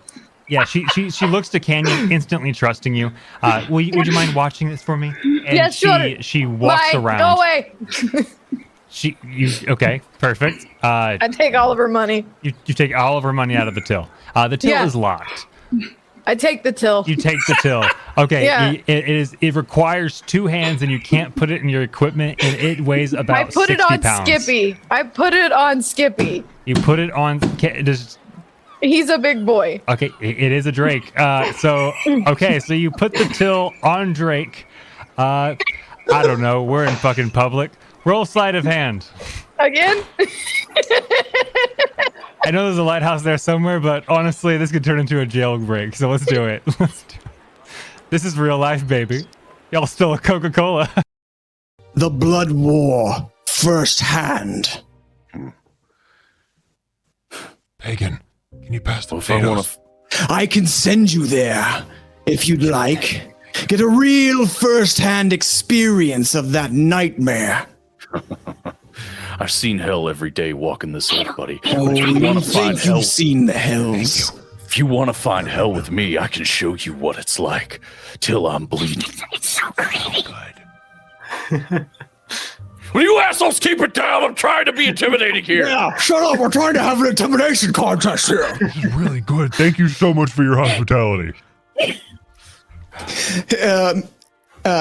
Muriel, his wife, is like, please, if you'd care for more, there's certainly plenty. Thank you. It's so good. Thank you so much. I'm so glad it's to your liking. It is. If you want to serve people food, and none of us know, we just serve alcohol. Sounds like you put the cart before the horse there, bud. We really did, and we're kind of overextended a bit because we have a lot of, we have a metric ton of potatoes in the bag, and no. Okay, ideas for your potato problem. Okay, so the mashed potatoes, and then you cut the potatoes. He pulls out a notepad and he's like writing into strips, like little wedges. 21.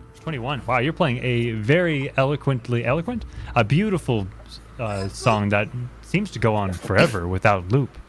Almost as if the winds of chaos are blowing through each cylinder? Flute? I was so close to a good sentence. Anyway, so learned it in the Feywild. God damn. Learned in the Feywild. Thank you. Saving it. I was like, this person sounds oddly familiar. I look at him every day in the mirror. I assume you were describing me. I may be wrong. I was describing Jason Momoa. Oh. So yes, you. Yes, so yes, I was describing Mick. Yes. I heard Mick has an 8-pack. I'm probably gonna die. Got it. Sorry. So I'm gonna make a silent image like Mick and Jason Momoa had a baby. Yeah. I will not be able to contain myself if you do this, darling. I kick open the door and I say, "Read, you bloody idiot! Read! I command thee!" Oh, he's gotten into the wine again. I have the power to tell you what to do. All right, I have to do a wisdom saving throw because you are casting it. So. He rolled a 5. With his mod, 9, which still fails. So he gets up and he picks up the book And he just, Now we can poop. Dance for me, monkey. and the light just beams through his face, and then the book disappears into nothingness because that was too funny. So, like the job had already been done. The ship. Once again, sir, I am not dinner. So you don't need to say your prayers if you don't get me some food. Why don't you go below in the galleys if there's any rum, mate? Oh, Poseidon, please help guide this wayward spirit. I think I saw some bread down there, sir. I'll be right back. And he scurries off below deck. The rest of you scurvy dogs, what are you doing? Ivan was polishing weapon. The right. The black cap. Yeah, that. Yeah. Yeah. It's me. It's me. Hi, I'm Ash, and I play Hannah Winters, but my real last name is Armitage, and I'm not allowed into Miskatonic University ever. Got a blast. Well, hey, we're back. Whoa, hey, who that? New phone. Who did? Not new phone, but whatever. Sending stone. New sending stone. Who dis? So, who wants to recap what we did before? Someone stole a bunch of stuff, and I don't know who did that. God, I wonder. I wonder. Gigantic rat with Giant opposable rat. thumbs. Yeah, I did that, and then some lady named Elijah Thornberry, Elijah Whitethorn. Smashing. Came and was like, I haven't slept in like 27 years because there's a ghost in my house, and we're like, we're on the case. You say it's 37 years.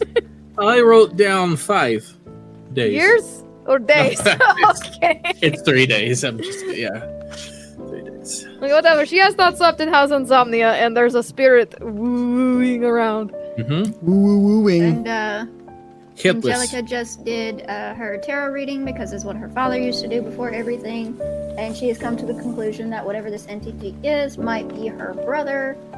There's hair stuck in my wig, and that's why it's uncomfortable. I learned that there is no incense without permission. Yes. Check for allergies. ADA accommodations. It's not even allergies, it's the fact that you were burning stuff in her home without her permission. Angel is stealing. It looks like I wrote Angel is ethanol, but I know that says ethical. Ethical. She's very flammable. I have a flow chart as well. It is flow chart. Jesus Christ, he's actually taking notes. You spelled skeptical wrong. I know this because I'm doing it in. I spelled lots of things wrong because I have 8 intelligence. Yes. Yes, that is right. I also spelled haunted wrong, but that one I realize now is an accident.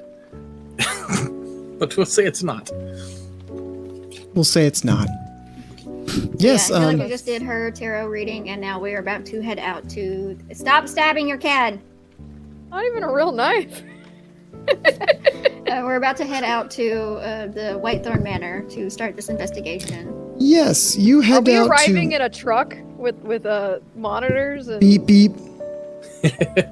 See, that's why I wanted to DM so that I could stay in the truck the whole time and not go into the haunted house, because I am the biggest weenie at that game. I've never died in that game, and it's not because I'm good at it. It's because if I get too scared, I break down and I am unable to enter the house. Like when we played Devour and you're like, nope, spider eggs. Yep, it was the worst. My favorite time I've ever played Phasmophobia, I was streaming it, and I was by myself, and I went to the prison, and I was like, I'm streaming. I can't just sit in the bag. I don't even have other people to rely on. And so I was like, all right, I'm going to go in there. And I was actually saying, I'm a big brave boy. I'm a big brave boy. I'm a big brave boy. And the lights went out, and I was like, I'm not a big brave boy. I'm a scared little boy. I'm a scared tiny little boy. And I just hid in a corner until the lights came back on. And I just left, and I was like, I can't. I freaking can't. Oh, he was horrified. Dude, It's a good but scary game. I screamed like a small child trying to play Visage on stream, and I loved it, but my God, it just terrified me. Love it though. I like to be scared. Looks I like we need to prefer get Dylan to play little some of those pixel horror games. Well, you still need to play the horror game I got you, Ash. I need to play it. It's so good, and it's not like jump scary. It's but it's like a incredible story that's just creepy and unsettling. So what I'm hearing is we're gonna have to plan some Playotic Spooktober stuff. Yeah. Oh, please. Okay, but know that I am the biggest baby, and I will push myself and try to be like scared. But I'm gonna be the first to die if any actual scary movie things happen, because my reaction to that kind of stuff is just break down and just not move. I'm like, this room is safe. If I'm in this room, I am not in danger, and then I don't progress. So be prepared for that. You're gonna have to. I always do my damnedest, but that's We'll play how I some end up. Phasmo just to get us all in the mood. So, you guys make it to Whitethorn Manor.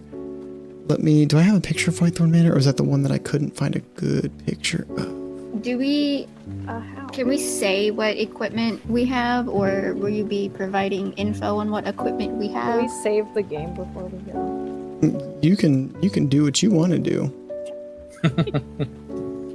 I don't, even though I know that you can lug around a trunk with all this stuff in it, I don't think that sounds real. I like how we have the same trunk with the same items in it. The Monster Hunter pack? Yeah. But I will take a few things from it. Like my your manhood? No, no, that leaves the door. Well, I will take my holy water just in case. But I cannot make more until I am higher level. Can I say that I bring like salt and incense sticks and sanity pills? Sanity pills, an RF meter, and I hand Yorick my bottle of holy water. oh, perfect! I'm gonna start to drink it because I don't know what it is. It is holy water. I will spit it back out into the thing, and I'm pleased. It's okay. It's okay. Yeah, take my holy water, and I will take my mirror. Nope, that's that's a big ass mirror. I will not. Take half the mirror. Just oil, holy water, and of course. Funny enough, I also have the same chest. Do you really? See, awesome. we all have the same damn chest. You all show up to the manor. Well, one of us is gonna have to change. I'll take my soap as well. Your soap? Yep, You have soap? I do. I have soap. I bought a bar of soap You don't? with my money. I like to be clean. Come on now, I got a beard and all this kind of stuff. Gotta have soap. I don't know prestidigitation. So, I got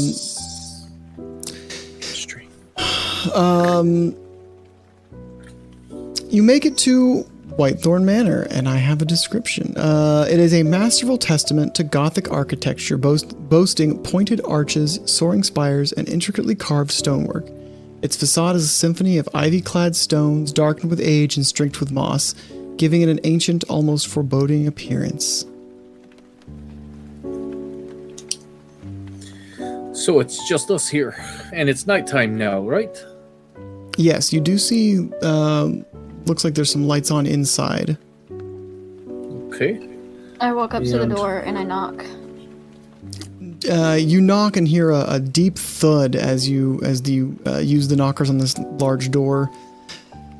The entrance to Whitethorn Manor is a massive set of oak double doors embellished with ornate ironwork. Doors bear the scars of time and carry a weight of history, cracking ominously when opened, as if reluctant to reveal the secrets within. Eliza stands behind the door, and opening it not long after you knock. Oh, thank you for coming. I'm glad you're here. Did you bring the other person you said you were going to bring? Well, I was told by my friend here that we would not be needing one, so... That's right. Kellenvor has taught us how to do this, so I don't think we need anybody else. Okay, well, you're the experts. Please, come in. She ushers you, welcomes you into her home. Ah, thank you. It's the same lady, it's Eliza, right? Yes. Okay. Now, are you going to be here whole time, or are you going to go down to the Holiday Inn and rest? I think I'm going to wait here in the entryway, if that's all right with you. She takes a seat on a kind of a chase lounge that's kind of along the wall in the entryway. That should be just fine. Just all that we ask is that you don't interfere with anything that we're doing. Oh, I trust the experts. If you get in trouble and you feel like you are in danger, this will protect you. And I will hand her the bar of soap on a string. Okay, I trust you that this is gonna help. It will. Yorick, is that actually something that will help her, or is it just like placebo? It is. I don't know what that word is, but it's... Shh. Okay. As they're over there whispering, I'm gonna go over to her and take the soap and give her, like, my own holy symbol that my parents would have and be like, don't say anything to him, but you use this instead. Now I need to carve my holy symbol into soap sculptures. I'm writing this note for later. Downtime activity. This is a note for Gup, not for Yorick. Yes, it is, yes. Make. Now, So- Eliza, you said that this entity would just be in the halls, but is there a main area that you see it more often? I've only seen it once, although I've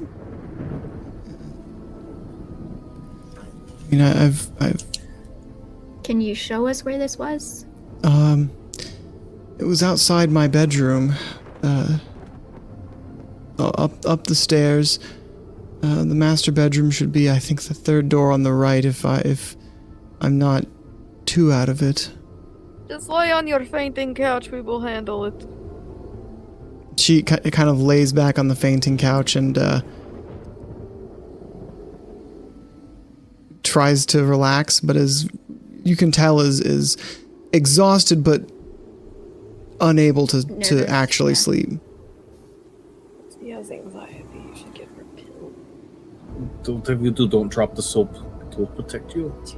And we will take care of this. You need not worry. Thank you. Tell people they can't just drop the soap. But then it does no good because it's not in your hands. It has to be in your hand. Dropping soap has connotations in other ways, okay? Like what? Like if you go to prison and you drop the soap. Then yes, you cannot get clean because soap has to No. Anyways, we are going to go upstairs now. If you two Yes, would follow yes. me, please. I very much would. Big old maul in hand. I'm just gonna say that because her mom was an inventor, Angelica has some type of devices that are similar to like an EMF reader, thermometer, like something that can like point us in a direction of where the spirit might be. Spirit, that haunt this house. If we need, I can cut my hand. No, I would say maybe we don't need to do that at the moment. Okay. We will do Just that it once a in day. dire need. Okay. So, she said she saw the ghost in the hallway upstairs, but did you want to go search the downstairs first? Did you want to go to where it was seen? Where are you heading within this manor? If all she said that she saw, if that's all she's seen it, then I would like to go directly to where she has seen it and see if we can start from there. Okay. And maybe find a breadcrumb trail. You guys head up the stairs and come to a long hallway with a lot of doors along one side. The opposite is large paneled windows kind of overlooking the front of this manor. I want you all to give me a perception check. I want to light my sensor and sense too, and just kind of keep it hanging on my waist. Okay. Smelling like lavender. You said perception? Yes. Okay.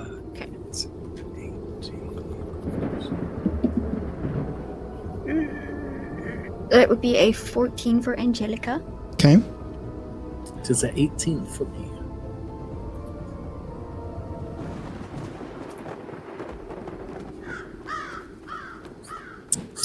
Savine. 17. Sorry.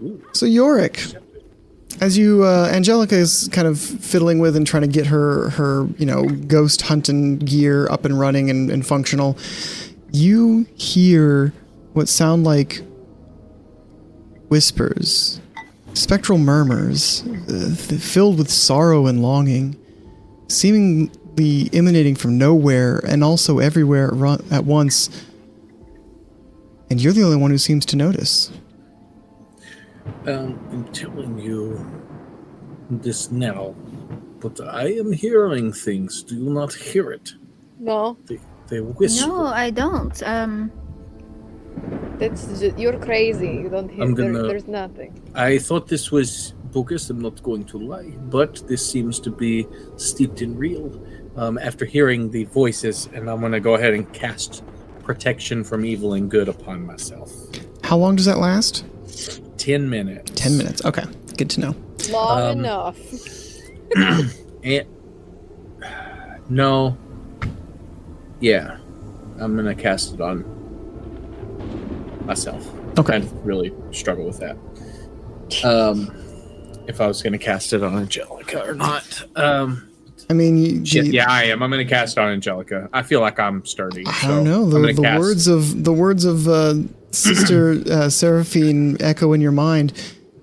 You know, the best thing to help Vadim is a reason to fight and recover. You are that reason. Yes, this is true. But, Yorick is, like you said, Yorick is sturdy. Whatever what you think is best. What are you talking to? Oh, I don't know. Maybe Yorick is hearing things. Yes. Watch him fit. And I'm going to just reach my hand out and cast this on Angelica.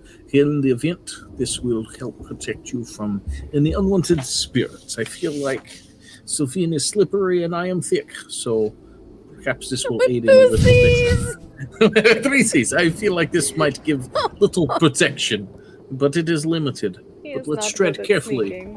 I hear voices. Angelica looks up at him and, she's going to be doing a lot of head tilting just because she's really confused. She's like a little puppy. And she's just like, thank you, I think. Because at the same time, you're, being nice, but also, yeah, you're weakling compared to us. Here, let me protect you because you're so weak and fragile that needs protecting. Mm-hmm. So it's thank you for being kind, but not thank you for... While they're both, being weird, I'm going to conjure a minor illusion to scare them. What does the minor illusion look like? This ghost that we're looking for. So you see this legless floating figure with long arms but shadows emanating from the shoulders now in the hallway in front of you. I swing my maul at it. No, does it look like... Is this what we're looking for? Your maul passes right through it. Angel, your devices are not registering any extreme supernatural activity. There's some, wiggling of needles on things, but nothing that would, you'd think if it was floating right in front of you that it would be going crazy. So I can essentially tell that this might have been from Savine. Maybe not from Savine, but you're like, okay, whatever this isn't the ghost necessarily. Okay, what is going on here? It's me. Hold on. Before you just all freak out. I made this. I'm not the one freaking out here. Well, the big one is, I made this. This is what we were looking for, yes?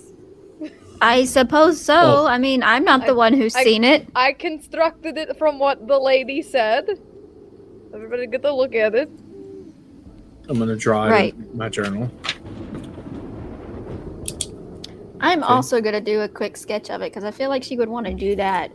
Make it do a little 3. Savine's imagination of what this looks like based on what Eliza has said. Game of telephone. Yeah, she has the book with her, like, and so that way she can jot her her own notes down. As your about family stuff. has done before you to make this notebook, basically.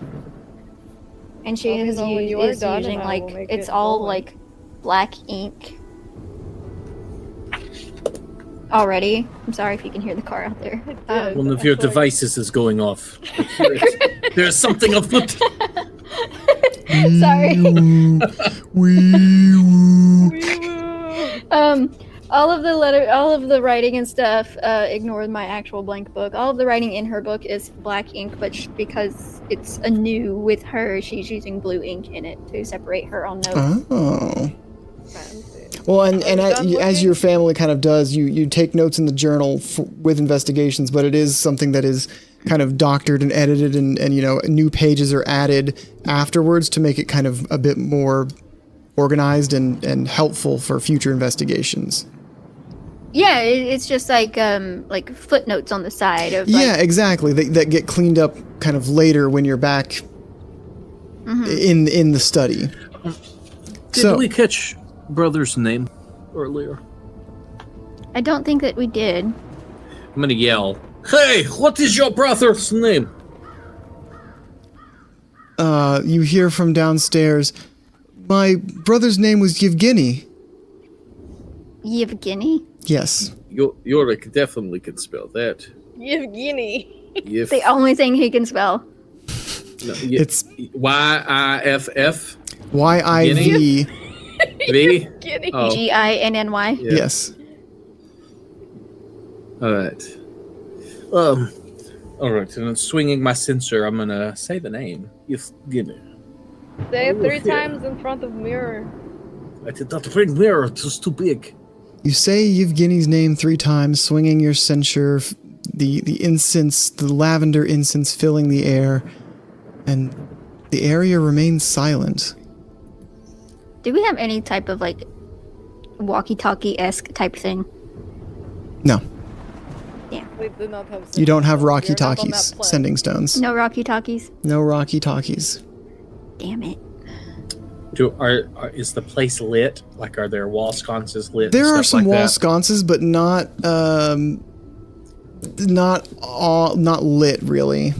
Yes, God. I want to thaumaturgy them to change them to like a blue, like a deep color. Okay.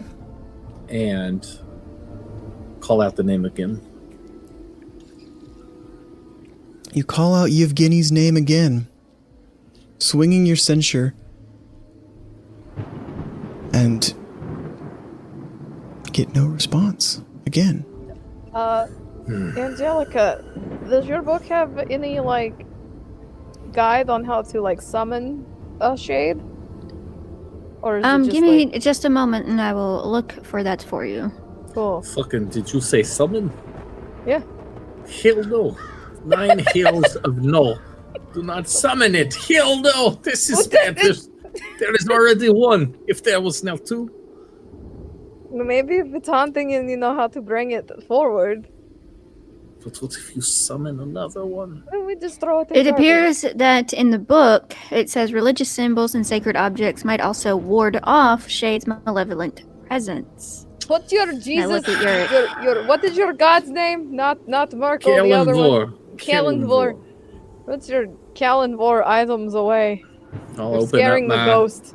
I'll open up my round censer and just again lick my hands and touch the little triangle of incense. I do appreciate what you're trying to do, Yurik, and I'm still learning things myself, but according to my parents' information, if we're going to try to find this, we might need to put those things away. It's Because then if we leave and we have all these items and then we leave and the ghost's still here. I feel like I am hearing these whispers, and I must be honest with you. This is my first job. This is my first time. I know the teachings.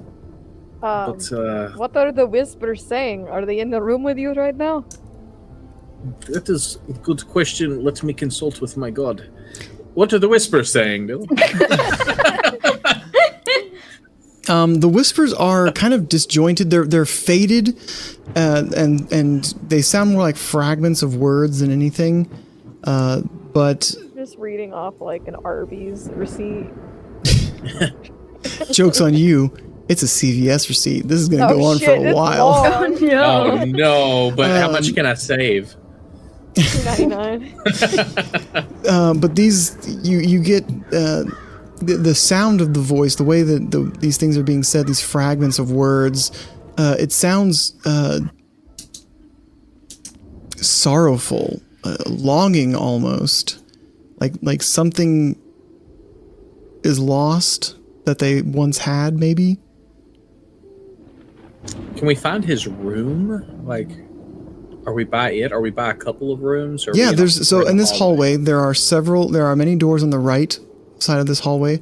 Across from these doors are the large pane of glass windows that kind of overlook the front of this estate.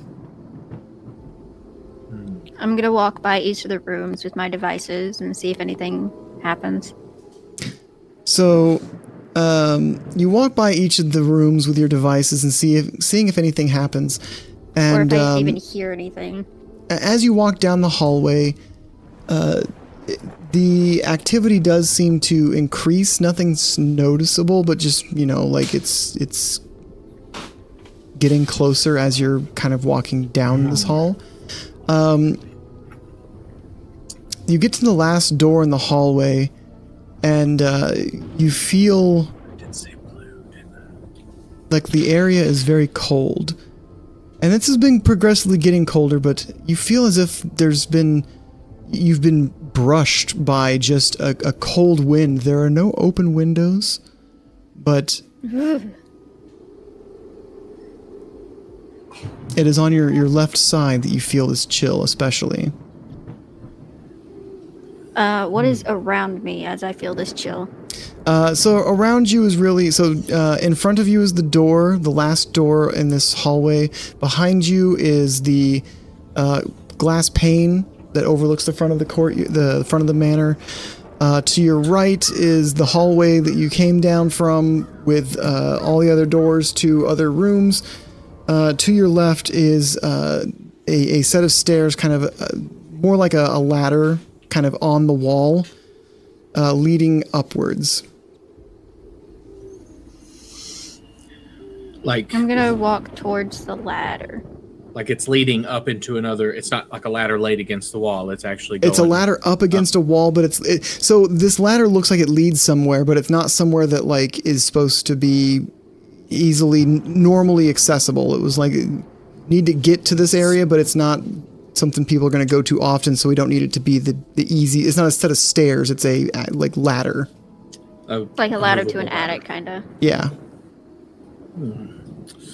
Well, did you say you're going up the ladder? So I go towards the ladder. Okay. As you go towards the ladder, you kind of look up, seeing that this ladder does lead into what looks like maybe an attic. You see some more bare wood, some beams and stuff kind of holding the ceiling. You can't really see much into the room that it goes into, but it makes sense this is an attic. Savine,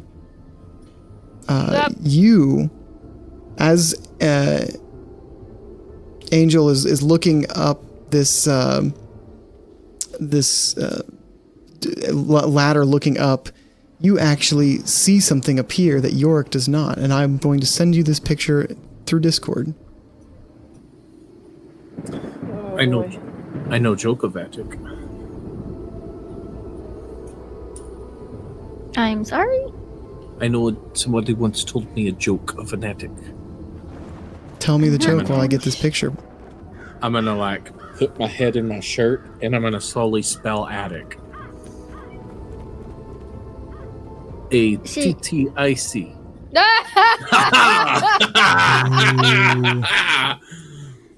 Angelica's gonna, like, she's kind of like grinning, but she's just like, Swig my flask. Oh, you know where I could get the picture instead of just trying to re-find it? Google Images. I am actually drinking liquor. Oh, You actually are drinking something? Oh. Oh yeah. I gotta be in What character. Is it vodka? Yeah, it's actually No. spiced rum. It's vodka. Ooh. Vodka. Brown Is it just classic Captain? Sailor cherries. It's a little potent. Brown vodka. And I painted my holy symbol on it. How do I? Nice. I don't paint, so I was really proud of it. It's very Done simple. good. Can I just? It looks like Yurik actually painted it on there. Yeah, they did. Yes, now he did. Come to think of it, now that you say something. Let's make holy symbol. No, I can't. Why can't I save this image? She's like, I need to make this liquor holy. There's Swiggles say, I'm not drinking the fancy tequila. One of these days we will open it. When I'm there. Yes, it has to be special occasion. When Mookie can make it down. Hey, there we go. I am not opening that bottle until all of us are in the same room. Yeah, I need to steal your wife. All image options. Potato Why? Man comes down, we will all drink fancy tequila. Yeah. I still have mead that I have for all of us when we get together. Mookie's gonna come down, Potato Wife, Nurse Wiggles, and then Ash is just gonna be like, I've collected them all! They're my women! I'm gay. We should all figure out Struggling with Pokemon my costumes, sexual and identity. Ash will be Ash. I'm gonna be Ash. Oh, Jesus. Well, I would have Well, to I'll have to go back to my old Snorlax, I think. I have a Vaporeon Kigurumi. That's you. I have an Esper Kigurumi. My wife has a Mimikyu Kigurumi as well that I could probably commandeer. Oh, look, there it is. Could you I like commandeer it being for me? Vietnam kitty. I need to get a Pokemon. There you go, Key. Ash. I sent you the picture on Discord. Fuck? Jesus Christ. Is that what you say out loud? Yeah. You just see Sabine turn and go, what the fuck? And I you're the turn only one around. who can see this. And it's just there, right behind Angel as she's looking up into this attic. Angel, you should, just not walk backwards at all, but, like, step to the left a lot till your shoulder hits a wall, and then, just run away. Point it to me and I'll swing. I don't... Well, it's, like, right behind her. What's going on? And she turns Your device around. is going crazy right now. I could Duck. create the illusion. Oh, I'm gonna use my cantrip again. Create minor illusion to make like the static image of what I see. As you go to cast the spell, the creature does disappear, but you don't like forget what it looks like. I swear to God, if this is a false Hydra, I'm gonna punch you. It's not a false Hydra. I've already done that. And I dream of doing it again because I've since found somebody actually wrote a song for the false Hydra, and I'm like, oh, that's so dope. That game frustrated me. I was the only one who saw it. I'm going to... I was part of that game, wasn't I? Can't remember. It was It's like a one shot ago. we did. Yeah. I'm going to put the picture of what Savine sees into our chat for this game. Oh, the Discord. All right. I'm trying to create like a minor illusion of it, like just like a static image. Fucking Bitnik lady. Look at. Oh. Oh no. I've seen that picture. Oh hell One no. moment. It did disappear, and your device stopped going crazy when Ash went to cast the. Sorry, when Savine went to cast the I've spell. seen that picture. Give me one moment. I wonder why.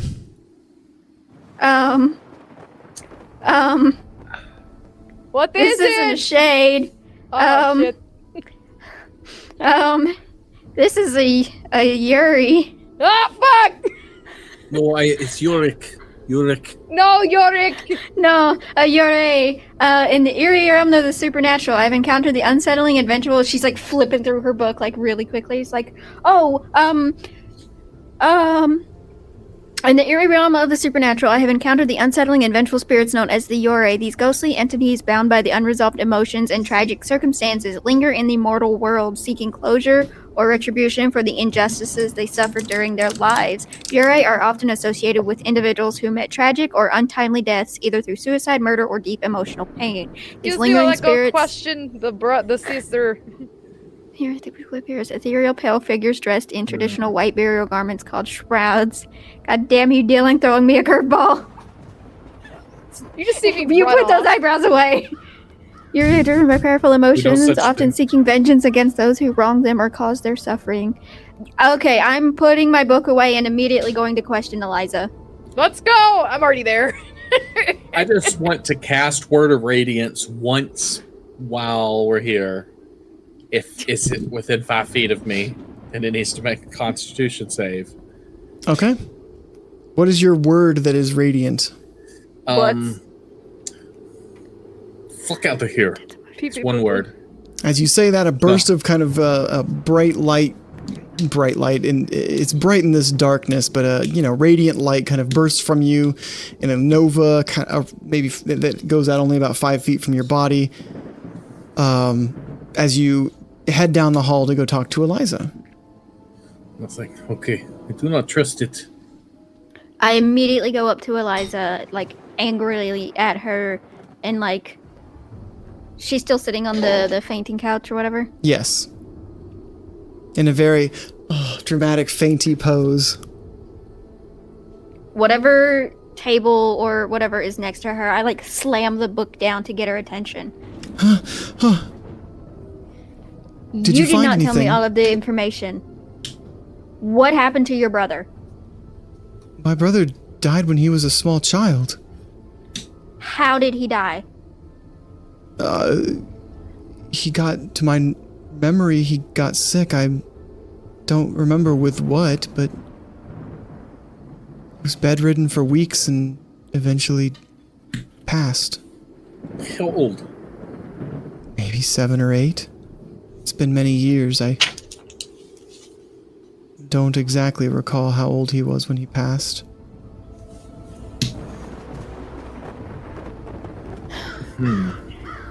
But now she assures that she did not kill anyone.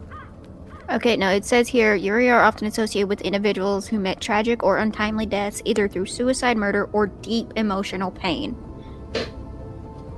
Do you know anybody who died horrifically in this house? She just said that her brother died. Yeah, I know, but other people, like maybe like another family member, not just a brother. Like another baby? Not another baby, like an adult human. What happened to your parents? My parents passed in a shipwreck when they were traveling, maybe 3 or 4 years ago now. If something needed to have died tragically in this house, I mean, this has been my family's ancestral home for generations. Perhaps something in I've got a collection of family history documents in one of the side rooms upstairs. I've been trying to document our history. If that upstairs? Bye. I'm going up there. She seems to be growing more and more delirious, disoriented. Her mental state is deteriorating. Oh. The more I read about the Yuri, the more I'm like not trusting her and what she's saying. Yuri are driven by powerful emotions, often seeking vengeance against those who wronged them or caused their suffering. They may haunt those responsible for their untimely deaths, tormenting them with guilt or fear. Their vengeful intent, and I'm reading this out loud to her, their vengeful intent can lead to terrifying and malevolent manifestations as they seek to inflict the pain they endured in life. What did you do? She takes a moment and seems to be deep in thought. I don't recall. Is there anyone in this home other than you? Not for many years, no. You hear from down the Did you hurt any of the servant people that live in your home? Can I insight check her to see if I believe that what she's saying? No, you're not allowed to do an insight check. How dare you ask that question? Yes, Rip. I'm done. I failed. Well, what was your insight check? Let's see. 7 plus 6. So Sorry, I have to say So this. 13? Maybe, baby. Maybe. She's definitely delirious and out of it. You don't think she's lying, but I mean, her mental state is also questionable at this point. So take that for what you will. I think she's telling truth, but I think there is more here that she does not know. I have gone away. Where is your baby brother? That was not Russian. Where is your where's your baby brother? Where is he buried? He would be buried in the graveyard near the temple. So we'll burn down the graveyard. That may not be the best thing to do. The best way to usually help get rid of Yuris involves helping them resolve issues that are causing them to stay here. Do either of you have any idea or possibly spells or things that could help her I've gone remember upstairs. things? Oh, you're upstairs. To the Okay. records. I don't really have any way of prying memories from someone's head. No. Unfortunately.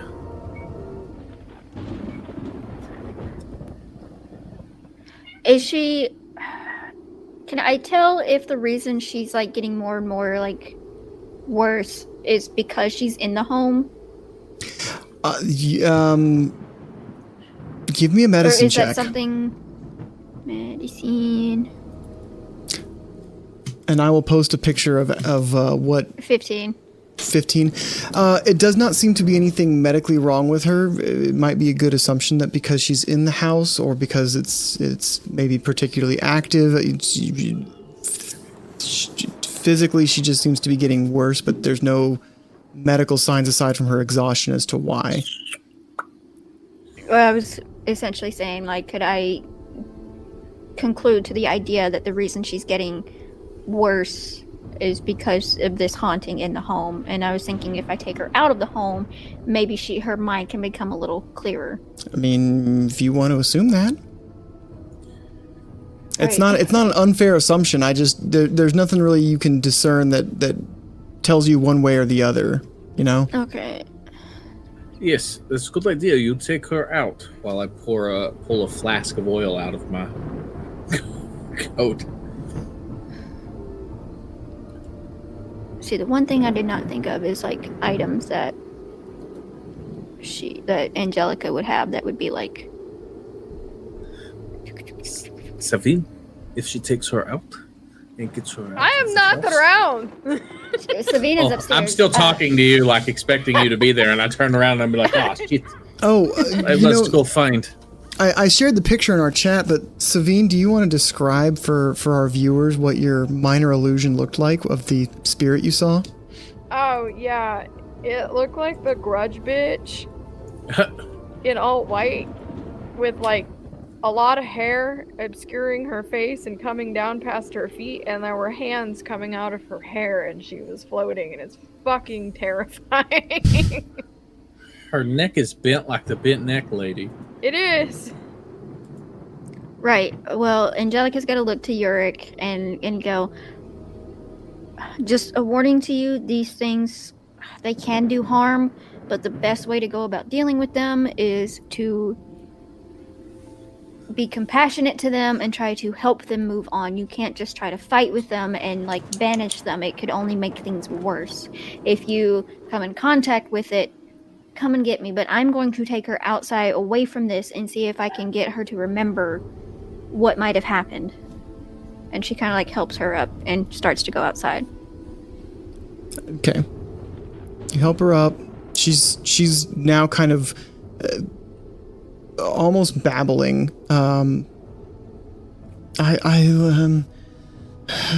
Somebody hurt inside. Painful. Have I done? What have I done? Have I done? It's. She seems to be focusing on the last thing you really asked her, but nothing is really coherent or every thought seems to be gone almost the instant it leaves her mouth. And that's her state as you kind of get her out the front door.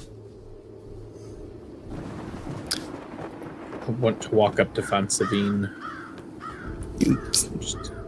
Sabine, where are you? You said you went down there with her? So you're just down in the entryway right now? No, I went to go look for her whatever records room she was. Ah. So you went upstairs. The ghost. You go try to find the record room, and you start opening doors, and is there any pile of records in here? No. What about here? No. The third door, as you reach for it, it actually opens like almost like for you. It's not like a violent. It's the same tempo you've been opening doors, but you don't make contact with the door handle. No records in there. You check the next room. This is the master bedroom. It seems like it's very nicely made. Wardrobes, but no signs of records. You go to the next door, and you do see almost what looks like Angelica's office, just books and papers strewn everywhere. It seems like there's been some sort of effort to organize, as one corner seems very well like organized and put together, and everything else is almost in piles. Time to start searching. All right, and that is when Yorick finds you. Yorick, as you are heading down this hallway, the flames that you turned blue earlier begin to flicker violently, almost as if a strong wind is blowing from behind you, but you feel no wind. You head towards the one open door where you assume Sabine is. Sorry, I just finished watching Rebels, and so I've been saying Sabine all night, and it's Savine with a V. You do find Savine in there. She's kind of going through books. I want to knock on the door. I don't know if that works or not, but I'm going to knock. No. Hello? Why did you mess with the flames? Are you fucking with me? I did not do that. Okay. You're okay in here? Yeah, I'm fine. Help me look for anything that stands out. Very well. And I will help. All right, I want you both to give me an investigation check. Ew. 19. What is my modifier? And where's my die? There it is. Misty Mountain. Don't let me down. I'm gonna use my gay dice. Let's see. It's my pride dice. What did you say? Investigation? Yes. Yep. That's I rolled a 2, so that's a 1. Jesus. So smart.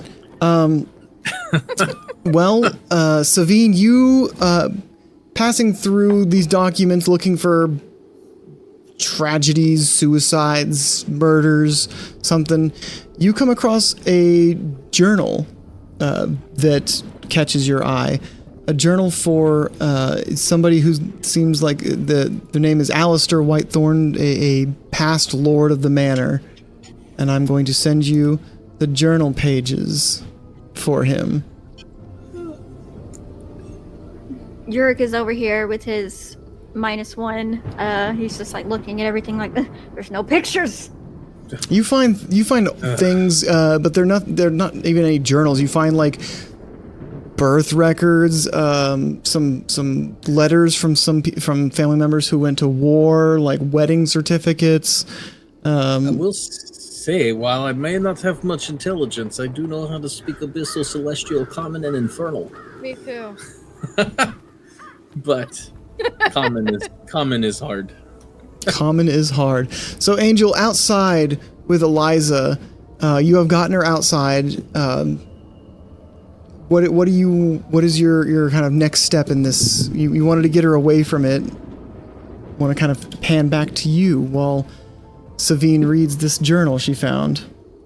Savine's just on the floor going, oh. Oh. She's Angelica is trying to talk to Elijah and be like, and like kind of like holding her by the shoulders, like, you need to tell me what happened. What happened to your brother? What happened to my brother? Does she look like she's getting any better being away from the house? Playing outside. You got sick. Doctors came and didn't leave the room. Had a funeral. Kind of just bits and pieces of almost like her thoughts as they come to mind. I don't know if She's this would work beginning or to not. sweat a cold sweat. I slammed the journal closed. You scare the shit out of me. I'm looking at baby photos. I'm going to take my father's holy symbol out of my bag and place it against her and dab like a drop of holy water on her forehead and see if that does Her anything. rapid short breaths begin to slow a little bit. She's still sweating, she still seems very much out of it, but it does seem like it's helping a bit. And then I don't know if this would do anything now, but she's gonna be like frantically flipping through her book and like come across spells that her father has written in here. And she's going to read one and recite it and touch her and unknowingly cast protection from evil and good. Okay. Cool. And see if that does anything to help her. Her breathing definitely slows. The cold sweats stop. But she does remain unconscious. But it is now an unconsciousness rather than a deliriousness, and things are getting better for sure. Angelica's gonna kind of like start to sit and like lay her like head in her lap, just to get her to like feel better, and try at one point and like quietly be like, "What happened to your brother?" Yevgeny was playing outside. Came back all wet. Mother was furious. Sent him to bed with no supper that night. Said he ruined his new clothes. Where were you? I was in the drawing room when he came in.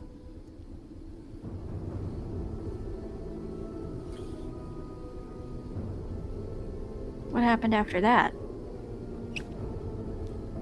The next day, he had a fever, was coughing, called the doctors to check it, see how his condition was. They said he needed rest, but he only got worse. It was slow at first, just not really recovering. But as the days turned into weeks, it did get worse. His coughing more intense. He became pale. The doctors eventually told us that there was nothing that could be done. I never saw him after that.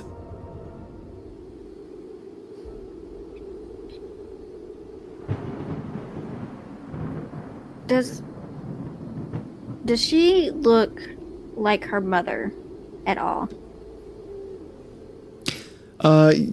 You don't really remember what her mother looked like in specific detail, but you do recall seeing a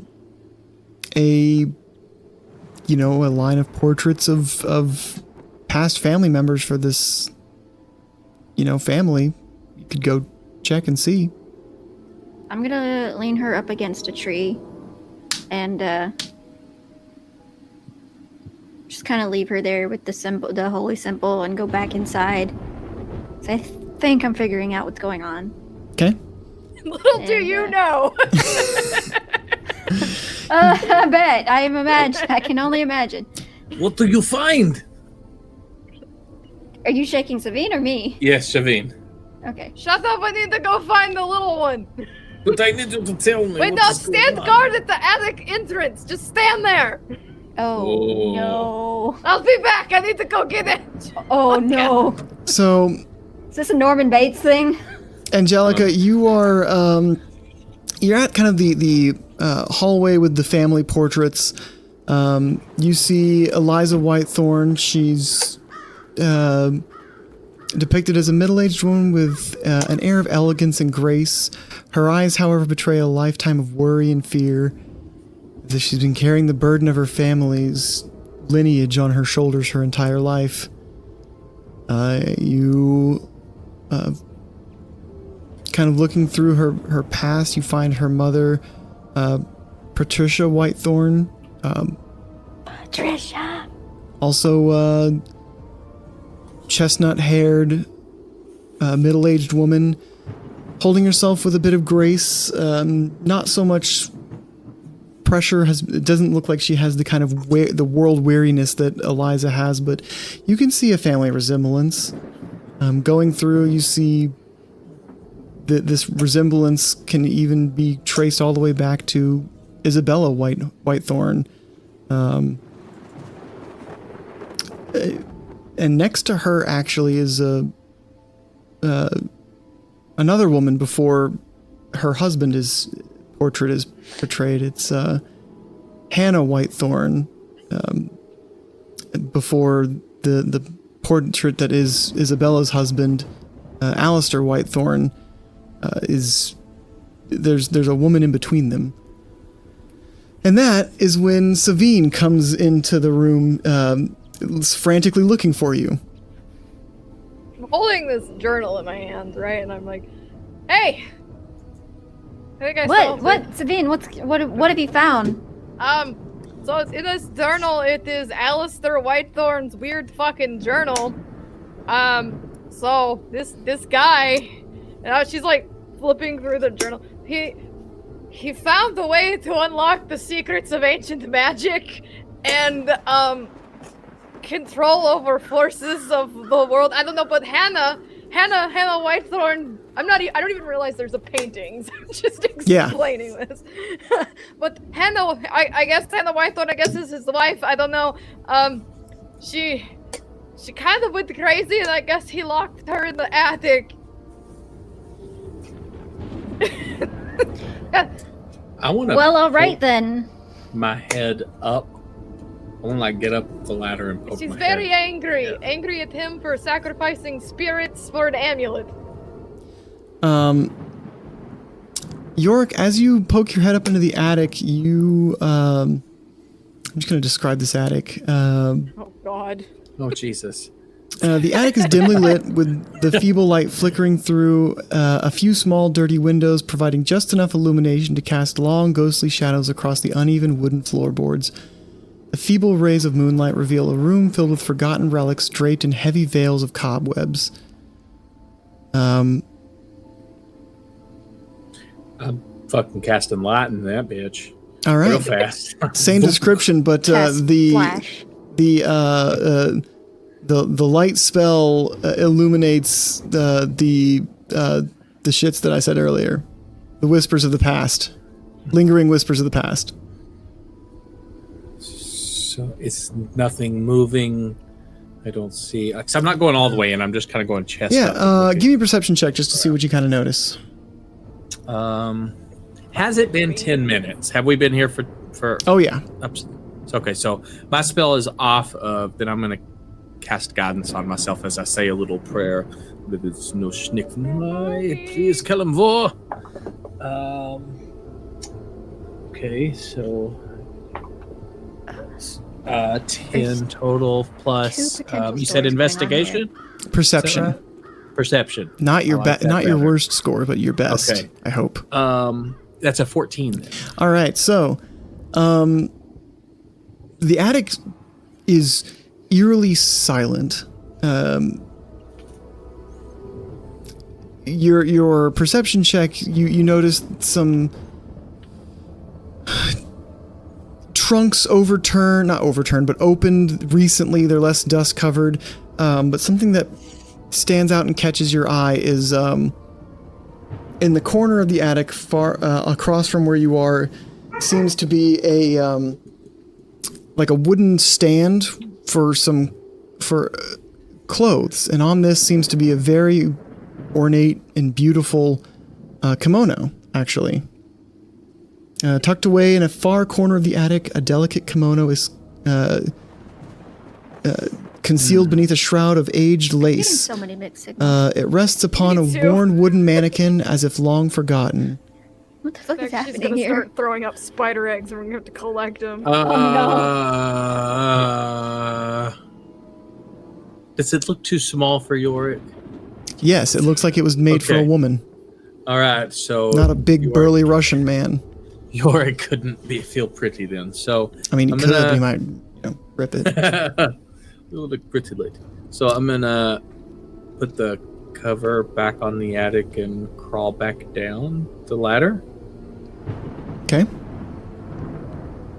And continue to give myself a little prayer and stand at the foot of the ladder and wait for them. Okay. So back to Savine and Angelica. So she's listening to what Angelica's listening to what Sabine has to say, and she's like, well, it makes sense for it being Yuri, but it doesn't make sense for why it would be going after Eliza, Maybe and she why it has would be been affecting her so bad. tormented and opened herself up to it. I don't know. Here, take it. Give her the journal. I will send you the journal entries that I sent to Ash. Because at the moment, with what she's telling me and what I was told, there are two potential stories going on here, and I don't know which one to follow. Branching paths, many mysteries. Just have to tackle them both. Cool. One sec. Terrible Terry Tate. That is a lot.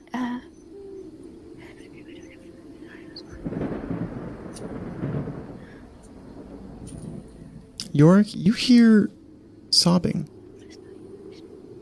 Quiet, distant. Tell Yurick anything. Just No, I don't. Yeah, do I hear it coming from the attic or from? Yes, from the attic. I poke my fucking head back up again. Sorry. As soon as you poke your head up and break the seal of that attic latchway, you hear nothing. It is silent once again. You looking around, you see nothing in the attic. Nothing that you didn't see before. I'll go all the way in the He's attic. going all the way. Question. Yes. Did I notice in any of the portraits or on Eliza, was she wearing an amulet? So I'll read you the description of Eliza's portrait. Current mistress of the manor stands next. She is depicted as a middle-aged woman with the air of elegance and grace. Her eyes, however, betray a lifetime of worry and fear, as if she has been carrying the burden of her family's heritage on her shoulders her entire life. Isabella Whitethorn, portrait of Lady Isabella Whitethorn, Alistair Whitethorn's second wife, and the mother of Eliza, and grandmother of Eliza, is a striking contrast to the other somber depictions adorning the walls of Whitethorn Manor. Painted with vibrant colors and a sense of vitality, it stands out as an island of warmth amidst the sea of melancholy. Hannah Whitethorn, ill-fated Hannah Whitethorn depicted in happier times. She stands in her wedding attire, a radiant bride with a delicate smile.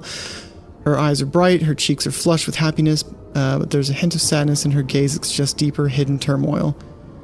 Alistair Whitethorn, the first portrait taking pride of the place at the entrance, depicts a tall, aristocratic man with piercing, sinister eyes. He wears a flowing black robe adorned with arcane symbols, his fingers adorned with rings that seem to shimmer with malevolence. God, ChatGPT really fucked me on this one. Malevolence. It's too obvious. I would have written this much more subtly. His fingers are adorned with rings that seem to shimmer with malevolence. The aura of power and darkness, goddamn, surrounding him is palpable, and the investigators can't help but feel a chill as they gaze up. There's what? No, one of these. I know one of these has the pendant. Just say which one. It's fine. It's supposed to be. It's supposed to be Alistair. Okay, that makes Okay, sense. I gathered that from the journal.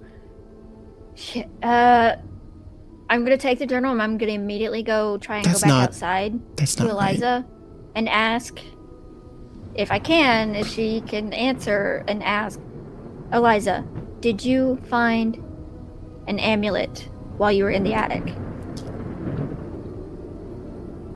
No. No, grandfather's amulet has been missing for generations. Father never found it.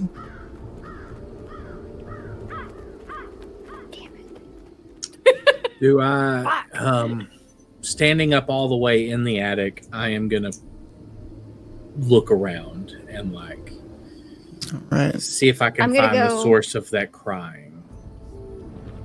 I'm gonna go run back inside, look at Savine with this journal and be like, we have to find this amulet.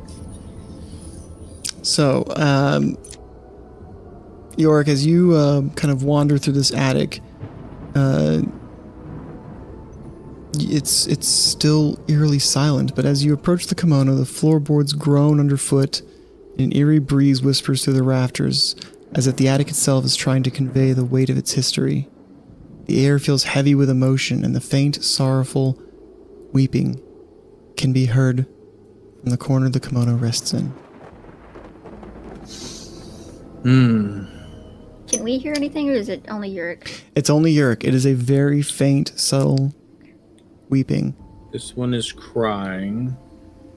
All right. The place is lit from light still, I'm guessing. Yes. So I can see, but I don't see anything there. No, you do not. Okay. I will sit down at the kimono, look in that corner, and say, I know I'm supposed to just start blasting, but is there little baby here? Is there? I forgot he doesn't know.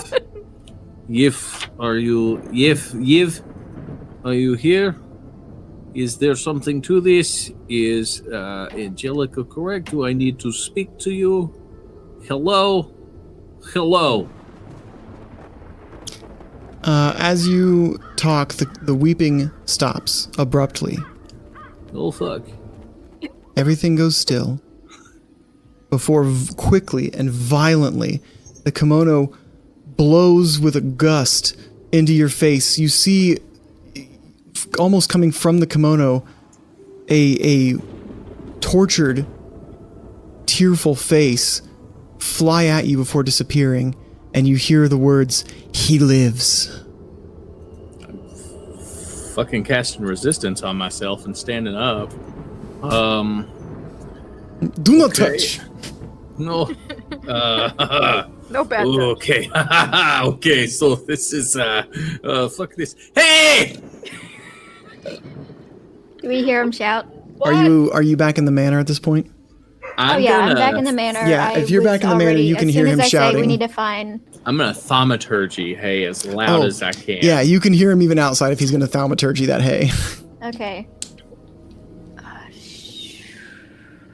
I guess I can hear him because I'm still inside. Yes. Yeah. I am as Angelica comes back in and holds this journal and says, "We need to find this amulet, and soon." And we hear, "Hey!" And then he's like, to the attic, and I Angelica. may have forgotten to tell Yorick what was happening when I rushed to find you.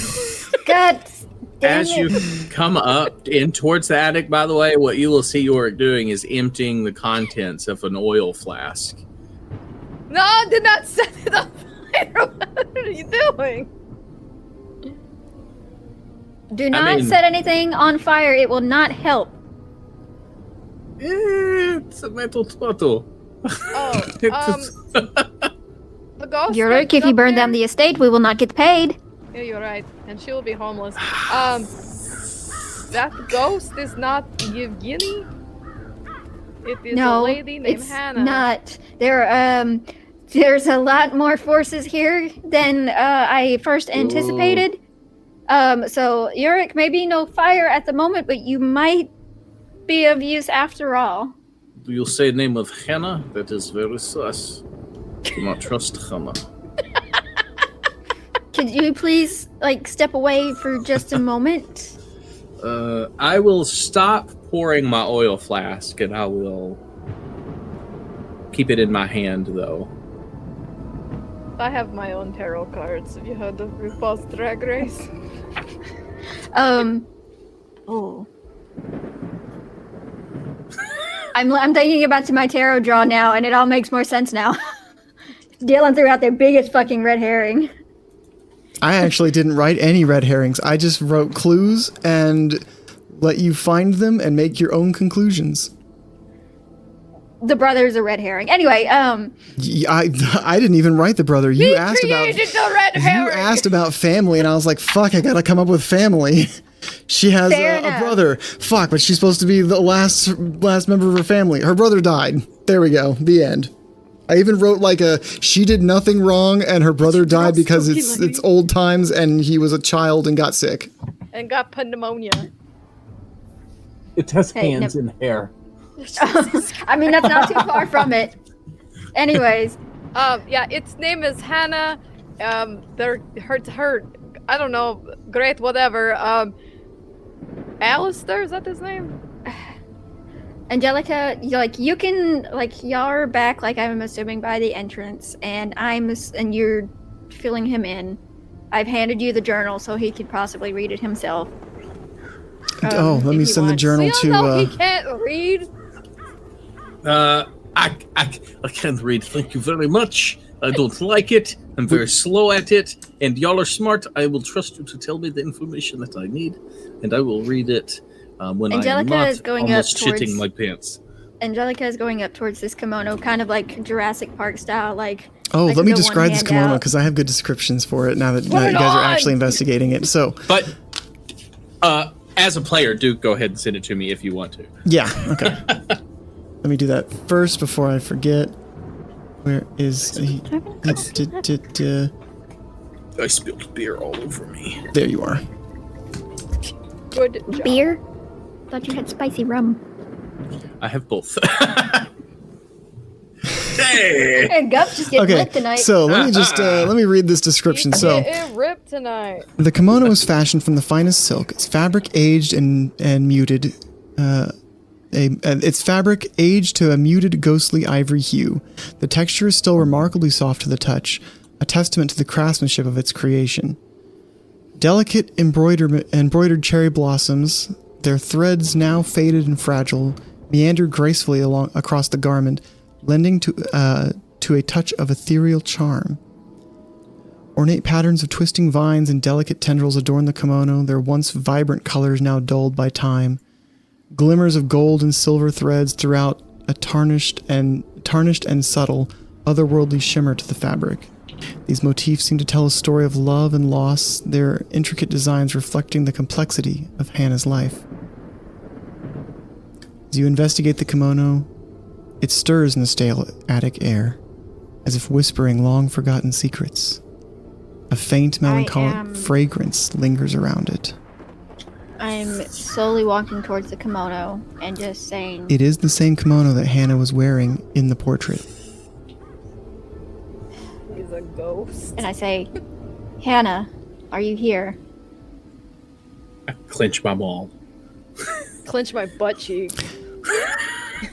That too. As you say that, from behind the kimono rises... You don't at first notice it rising until the white sheet of her dress is revealed as her head hangs forward and a mass of hair hangs in front of it. Hannah floats the kimono, the only thing between you. Hannah, I know what happened to you. And I know it was awful. We're here to help.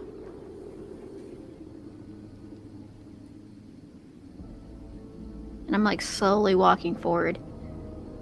But I need to know a few things in order to help.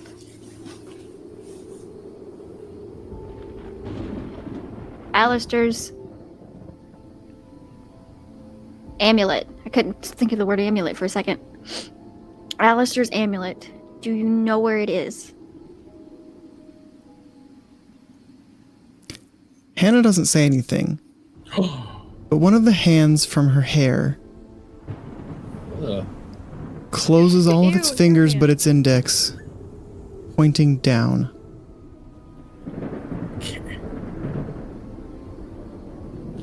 The floor.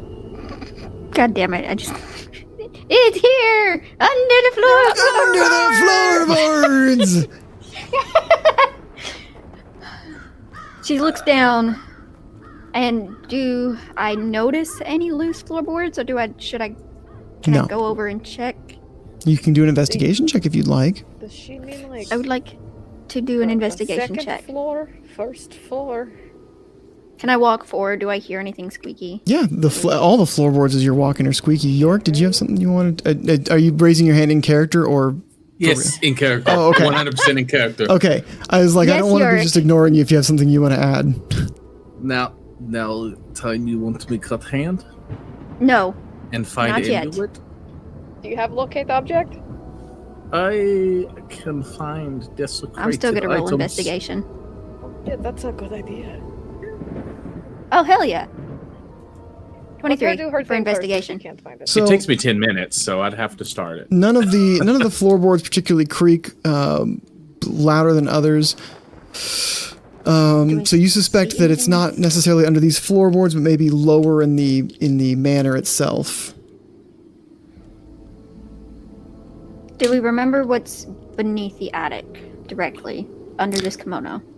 You haven't visited anything beneath the attic in this kimono, because the attic, recall, was on the far end of the hallway. So Walked forward. Yeah. You walked to the end of the hall and then went up the ladder to the attic. So there was more to the hall besides the attic? that we There's just didn't more to look the at yet? building. The hallway ended, but that was kind of the main. Okay. That was where she saw the spirit. That's where like a lot of the stuff happened. So it was kind of the first place you guys went to. Okay. Angelica just kind of nods and is like slowly starting to back away. I'll help you get through this. You will not be suffering any longer. It's like trying to show that she means her no harm. She's in good spirits, no pun intended. And she starts to back away. And as she's backing away, she kind of looks and says towards Yurik and Sabine, "We need to go to what's below this attic." Yeah.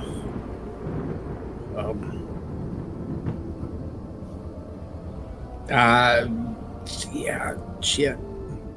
I agree Do with you that. want to use I agree with your that. locate stuff? I think it would help us. And that's all, just cut my hand, and it takes,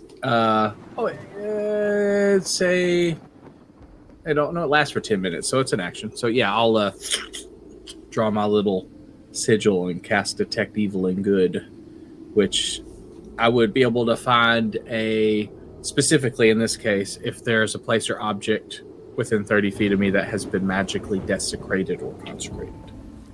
So I'm trying to pinpoint the amulet's location. Yeah, you do feel a feeling of desecration. I mean, when you did your detect evil and good, I think that's what you did last time. This whole town kind of has a sense of negative energy, as if it was once awash with magics from the negative energy plane. But you feel a particularly strong pull of desecration, the opposite, literally the opposite. Dylan, come on. Yeah. Desecration below you. It seems to be maybe 30 feet below you. How do we get below us? And I look at my hammer. Well, we're still in the attic, right? Yep. Yes. I just climb down the ladder. But the We go letter down, is... we'd be in the second floor, so we go down lower, and I'm assuming that would be at least 30 feet. Correct? Good point. 30 feet is longer than one floor, maybe. Maybe not. Yorick is not smart with this thing.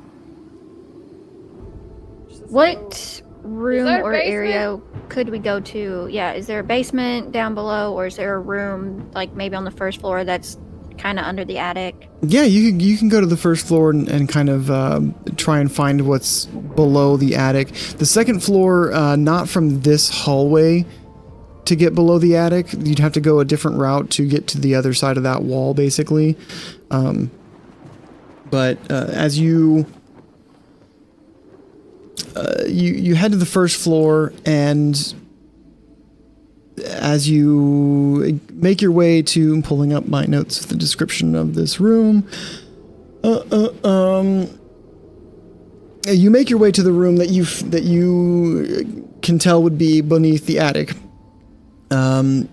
This library is a vast chamber filled with towering bookshelves. Their shelves adorned with countless volumes, many of them dusty and tattered. The room is bathed in a dim light, filtering through heavy velvet curtains.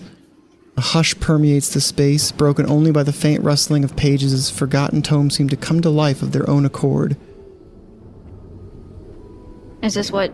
I will say also, as you left the attic, almost as you backed away from the kimono, it seemed like Hannah backed away from the kimono into the shadows, her white dress disappearing into the darkness, leaving only the reflection of her hair in the light that Yorick has cast before disappearing into the darkness as well.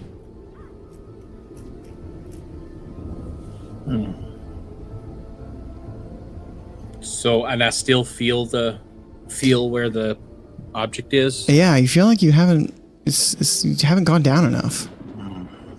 Is there a basement? Maybe we could find a basement? I look for I'm going to make a basement. I have hammer. It is really good for smashing things. There's not a well outside, is there? You haven't looked? Would like to go outside and either find a side door to a basement or a well. I'll look for basement inside while she looks for well. Shit. I want to look for basement as well, but I don't.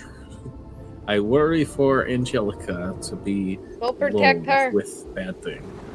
So, I only say that because I think you are, if I'm not mistaken, you're like younger than the rest of us by a bit. God, how old I made her. I want to say you made her like early, mid-ish 20s. She's 24. Yeah. How old is Savine? I don't know. So I'm like a 40-some-year-old man. 20s. So okay, both of y'all. Well, shit. Okay. We're babies. 2 girls, 1 Russian. Yeah. Oh no. Oh no. That sounds like a horrible video to look up. Don't do that. Writing note for next to my soap sculpture note. You know what? Look up 2 girls, 1 Russian. So Yorick has gone with Angelica to look for a well or an outside entrance to a basement outside. Savine has stayed in the library trying to find one maybe there. And that's actually where we're going to call the it. library. You're not? Where are you? I was going to walk around the house, like the first floor. Oh, the first floor in general looking for it. Okay. Yeah. So that's what we're going to call it. I feel like that joke has broken the tension, and we're so close to the end that by the time the tension came back, we'd be calling it anyway. Yeah. So, sorry. No. Do not apologize. It's not a bad thing. It's like 7 minutes to 10 yeehaw time, and we usually try to call it around 10 anyway. So by the time we got the tone and the tension back, it'd be like, all right, now that we've got the tension back, let's call it a night, guys. It's a good stopping point. I was like, cool, we're like just waiting for a good reason to stop, and this is a good reason to stop. So Oh yeah, brother. this was a lot of fun. I surprised you guys got as far as you did. I actually kind of I wrote this as it was supposed to be I intended this to be one, but as I was writing, I was like, this might be 2 sessions. I might have to break this into 2 chunks. And while I am, you guys got a lot farther than I expected for it to be the 2-chunk method. Do think, however, if I hadn't accidentally had you make up a red herring, it might have gone a little further. Oh, but I like red herrings. I like No, and it was great. And Exactly. I was sitting here like, because the whole him getting like sick, and I was like, God, this is fucking weird. Ugh. There was something earlier even where like you were looking in your book and you said something, you were like, we're talking about phasmophobia, and you're like, there are Urays in here in my book, Ash. And I was like, and you were like, oh really? Yeah, I was like, don't say that, don't say that. Don't think about Urays. I want you to think about something else because you don't need to come to the answer 20 minutes into the stream. It's so great though, because like looking at the Uray and the Shade, they're so similar in their stuff. Hey, you're bald! Oh, sorry.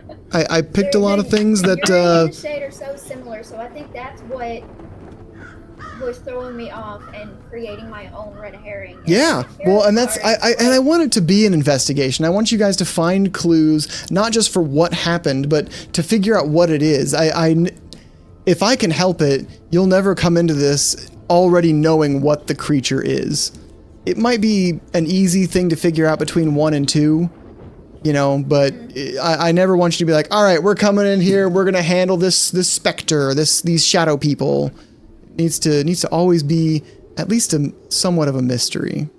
Oh, for sure. I fully enjoyed it. I'm having so much fun with it so far. I'm loving the whole, like, figuring, like, this feels like me playing, like, my mystery games and stuff. And it's like, I'm having so much fun with it so far. Like, sitting here, like, reading the journal entry and sitting here, like, holy shit, we need to find this amulet. Like, well, and and I wrote what happened in this plot and everything. I used ChatGPT to kind of zhuzh up descriptions because my weak point as a DM is descriptors. And so ChatGPT is so fucking good. it is, except I asked ChatGPT to write a description for portraits for these family members, and then it wrote Alistair, and I, kind of gave it a summary of what this is, and it wrote Alistair Whitethorn as like the most shady, evil ass motherfucker. I was like, no, this is supposed to be ambiguous. And I read like the one for Eliza and Isabella, and I was like, cool, these are all good, cool. Just copy paste it into my notebook. Didn't fucking read his, and so I'm reading it on screen live, and I'm like, wow, this is awful. I hate this. I would just write this myself at this point. Oh, anyway, let's go look at some memes, yeah? They're good memes. yeah, I have been memes. purposely not looking at them. They're dank. All right, Angel gets a new case. Angel with her tarot deck.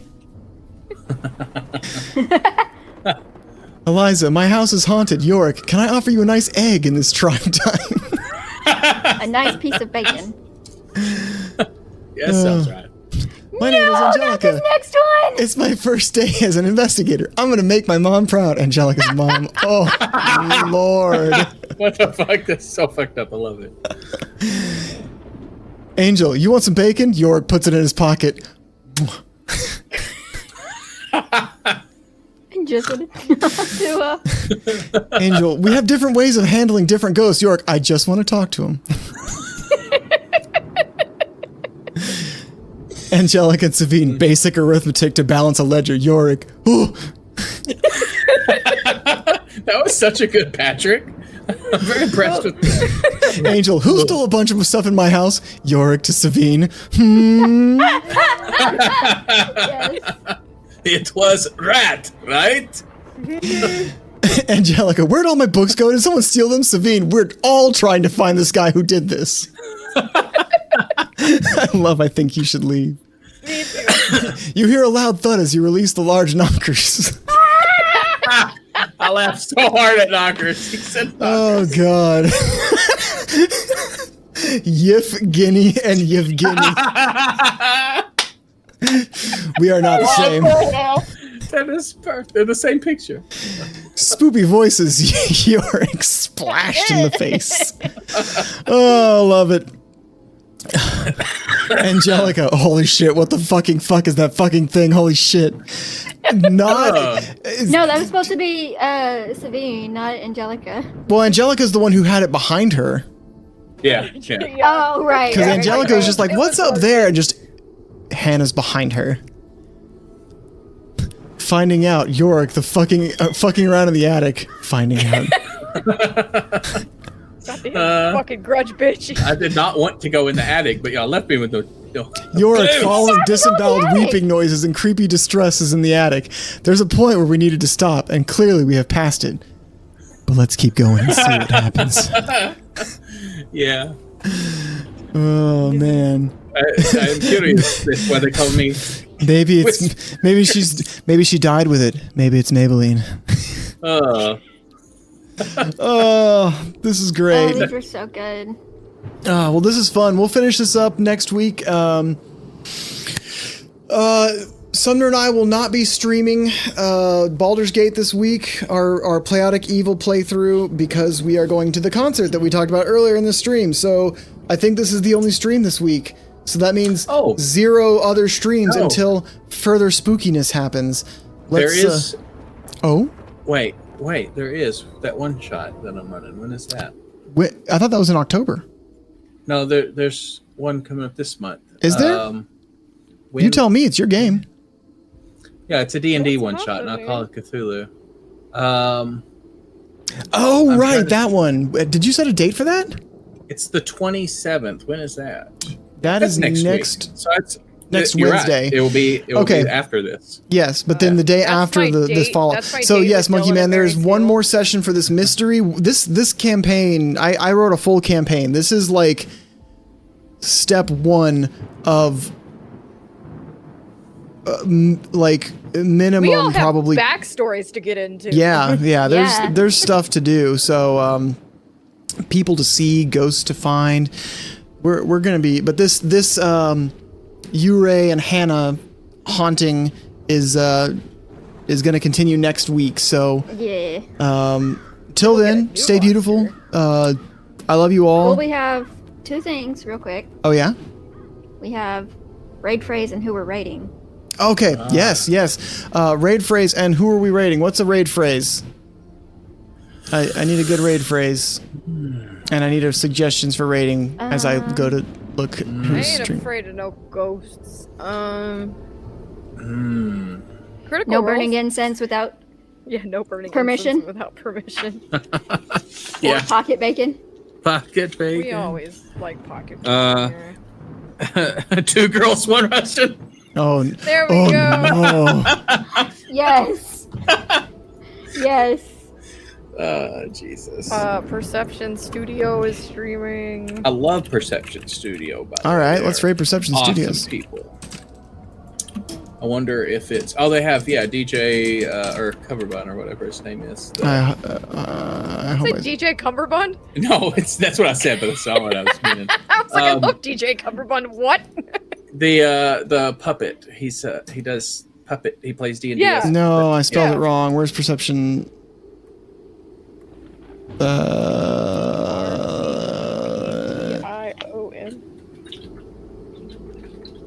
Can someone spell the name of Perception Studios? Because I think. I put it in chat if you want to copy paste. Thank you.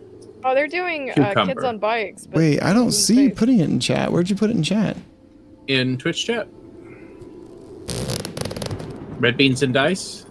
The last thing I see you said is I kept my hair. Oh no, it keeps going. Maybe let me. No, I don't see I put it in their chat. Jesus Christ, I'm so dumb. It's like, we're trying to raid you. I'm sorry. They're probably all just looking at it like, what the fuck?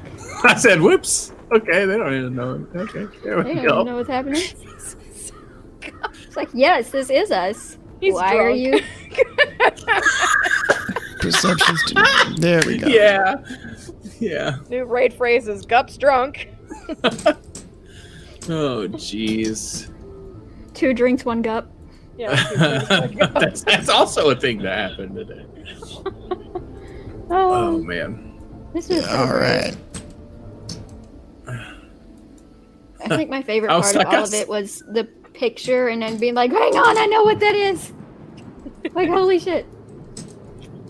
My favorite part was y'all knowing what it is, and I'm like, well, I gotta stick my head up this creepy ass attic because ain't nobody tell me shit. So Yeah, here we go. I liked that too. Tell him nothing. I liked that you guys split up to investigate, and I got to give you different bits of information to different people, and just watching you guys like, I have the next clue. They don't know. It's like when you do an escape room. Yes. Oh, that's very true. All right. I've never done an escape room. Oh, we should. We should. For my birthday, Ash, can we do an escape room, please? Yeah. I love them. See you next week, guys. Love you. Bye. Bye-bye. Bye. Awesome. All right. We good. We clear. Oh my god, that was so great.